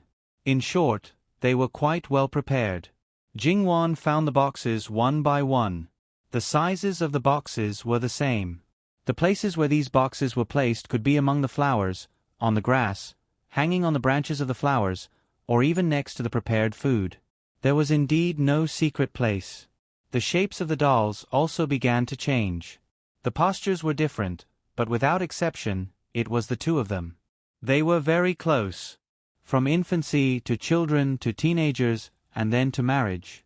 The husband and wife in red wedding clothes bowed to each other, snuggled up to each other until middle age, and sat and watched the clouds roll by until old age. Jingwan sorted them from the beginning. The first dozen or so dolls were a little bigger than the previous one, as if they were a year older. The size of the later dolls did not change, but from some details, one could still see the flow of time. The main color of the clothes was also changing. Jingwan touched them one by one. She was really in love. Looking at these jade dolls, it seemed that he really participated in the time when he was not there. The innocent feelings, the inexperience of the first awakening of love, and the gaze of 10,000 mothers. Jingwan's eyes faintly flashed with tears, especially the last one. The background was a coffin. The two of them were holding hands as they stood side by side. Their faces were already gone, but they were still in their luxurious clothes. Even if they were born together and died together, it was still better than this. There were a total of 99 dolls. Ah Yuan, have you found all of them? In Jingwan's view, it should be all of them. Life was not 100% perfect. Even she, herself, wanted to pursue a long life. Putting the death together at 99 was not to die at 99 years old, but to hold hands from the moment they were born until they fell asleep forever. Li Hongyuan nodded gently. Not only are they all here, but the order of Wan is also completely correct. Jingwan could not help but go forward and hug him. She tiptoed and kissed him on the lips. It was just a light kiss. Ah Yuan, I like it very much. Really, I like it very much. Li Hongyuan hugged her. It's good that you like it. There was nothing better than making his wife like it. Let's go. Someone will take it back in a while. No, this is a gift from you. How can I let others handle it? I'll take it myself. Then what should I do? These were not carved by me personally. But I know that the appearance was definitely drawn by you. The idea was definitely given by you. That's enough. Li Hongyuan gently rubbed the back of Jingwan's neck. He decided to learn how to carve and then personally carve a set for her. Then I'll get someone to send a box over. Let's pack it up and send it back first. As for what to do with it later, we'll talk about it later, okay? Did a Yuan approve of other gifts? Jingwan's eyes were bright. That's not the case. But it's our wedding anniversary, it's a whole day. Or is it that without a gift, Wan doesn't want to be with me? Prince Jean expressed that he was a little sad. How can that be? I like the gift because it was given by you. Compared to these, even if there's nothing, I still like you. I like you the most in the world. Among men and women, I like you the only one. Jingwan smiled and kissed him. Li Hongyuan could not help but kiss her again and again on the lips. This little mouth is getting sweeter and sweeter. That's all because of Ah Yuan. There was no other way. Who let her man's sweet-talk skills be full. Li Hongyuan smiled non-committally and turned back. Someone come, bring the box over. Although there was no response, there was no need to worry. Jingwan retreated from Li Hongyuan's side and carefully put the jade-like carved dolls one by one into the box. When the box was sent over, it was only half packed. But she did not want to use other people's hands. Even if it was Li Hongyuan, she did not want to help. Finally, all the boxes were put into the box. It was neither too big nor too small, just right. Jingwan understood in her heart. She guessed that this box was used to store these before. When all of them were packed, the weight was not light. However, it was not a problem for Hei Mei. She just knew that this was something that her master cared about very much. So, in the process of moving it back, Hei Mei was also very careful. When there was only the husband and wife left, Ah Yuan, you said before that there would be a prize if we found all of them. What is it? Let's go. Li Hongyuan did not say much. Holding Jingwan's hand, he leisurely walked along the winding path. On both sides, there were peach blossoms in full bloom. When the wind blew, the petals fell in riotous profusion, sprinkling on the head and shoulders. At the end of the path, there was a relatively open place. The ground was lush with fragrant grass. On the other side of the relatively gentle slope, there were some unique trees. However, Jingwan's attention was attracted by one of the begonia trees. This begonia tree was a little beyond Jingwan's imagination. Its appearance was like a fan-shaped banyan tree. The branches were luxuriant and the clusters of flowers were as warm as fire. Jingwan looked at it and could not help but speed up her pace. Standing under the begonia tree, she felt that the temperature seemed to be lower. It really felt like under the banyan tree. Jingwan raised her head and could not stop smiling. Her feet kept walking back and forth. Li Hongyuan stood outside and looked at Jingwan. Her whole body was dyed with red clouds. Her gorgeous face was the most beautiful in the world. Ah Yuan, this tree was not here last year. Was it transplanted later? Li Hongyuan walked forward. Yes. In fact, I had already looked for it, but it was too big. It was not easy to move. Even in her previous life, it was not easy to transplant such a large tree, let alone now. Moreover, this begonia tree was growing so well. Jingwan basically did not find any damage. It was enough to show how much manpower and material resources were used. Thinking of this, Jingwan's joy faded a little. Ah Yuan, the people in power are happy, but the people are sad. Li Hongyuan couldn't help but laugh. Wan really cares about the world. Don't worry, I know what I'm doing. I won't let what you're worried about happen. It's just a begonia. I'm just a grand prince with no power or influence. No one will deliberately try to curry favor with me. If there's a need, I'll send my own people. Today is our wedding anniversary. Don't think so much. He gently scratched the tip of her nose. That's good. Because the people in power like something, the people below them would do their best to find it. They would use any means necessary to make a living. This kind of thing, whether it was in the history before Qiyuan or in Jingwan's previous life, had happened many times. On the other side, Jingwan saw a swing hanging from the begonia tree.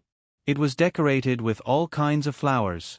When Jingwan walked closer, she saw that it was all silk flowers. To be able to make it so realistic, it was probably the masterpiece of the maids beside her. Jingwan sat on it. Without Jingwan saying anything, Li Hongyuan went forward and used a little force. The swing swung higher and higher, until Jingwan could reach out and touch the begonia flowers. Jingwan's laughter could be heard. Occasionally, she would call out, "Ah Yuan," and ask him to push it higher. Li Hongyuan pushed the swing with one hand behind his back. He was not impatient at all. He was very good as a guardian. Wan, be careful. Sit tight and don't fall. Jingwan looked at him sideways. Ah Yuan, you are here. I believe you won't let me fall. A few days ago, who told me that people can make mistakes and horses can stumble. Okay, I know. I will be careful. https://www.beacon.com/11/11807/11083588 HTML. We will deal with it as soon as possible. After reporting, please wait patiently and refresh the page. Please remember the domain name of this book: www.beacon.com. Biku Gur mobile reading website, Beacon.com. You're tuning in to the Narrate and Escape YouTube channel. Don't forget to subscribe and join us on this journey to catch the most captivating stories.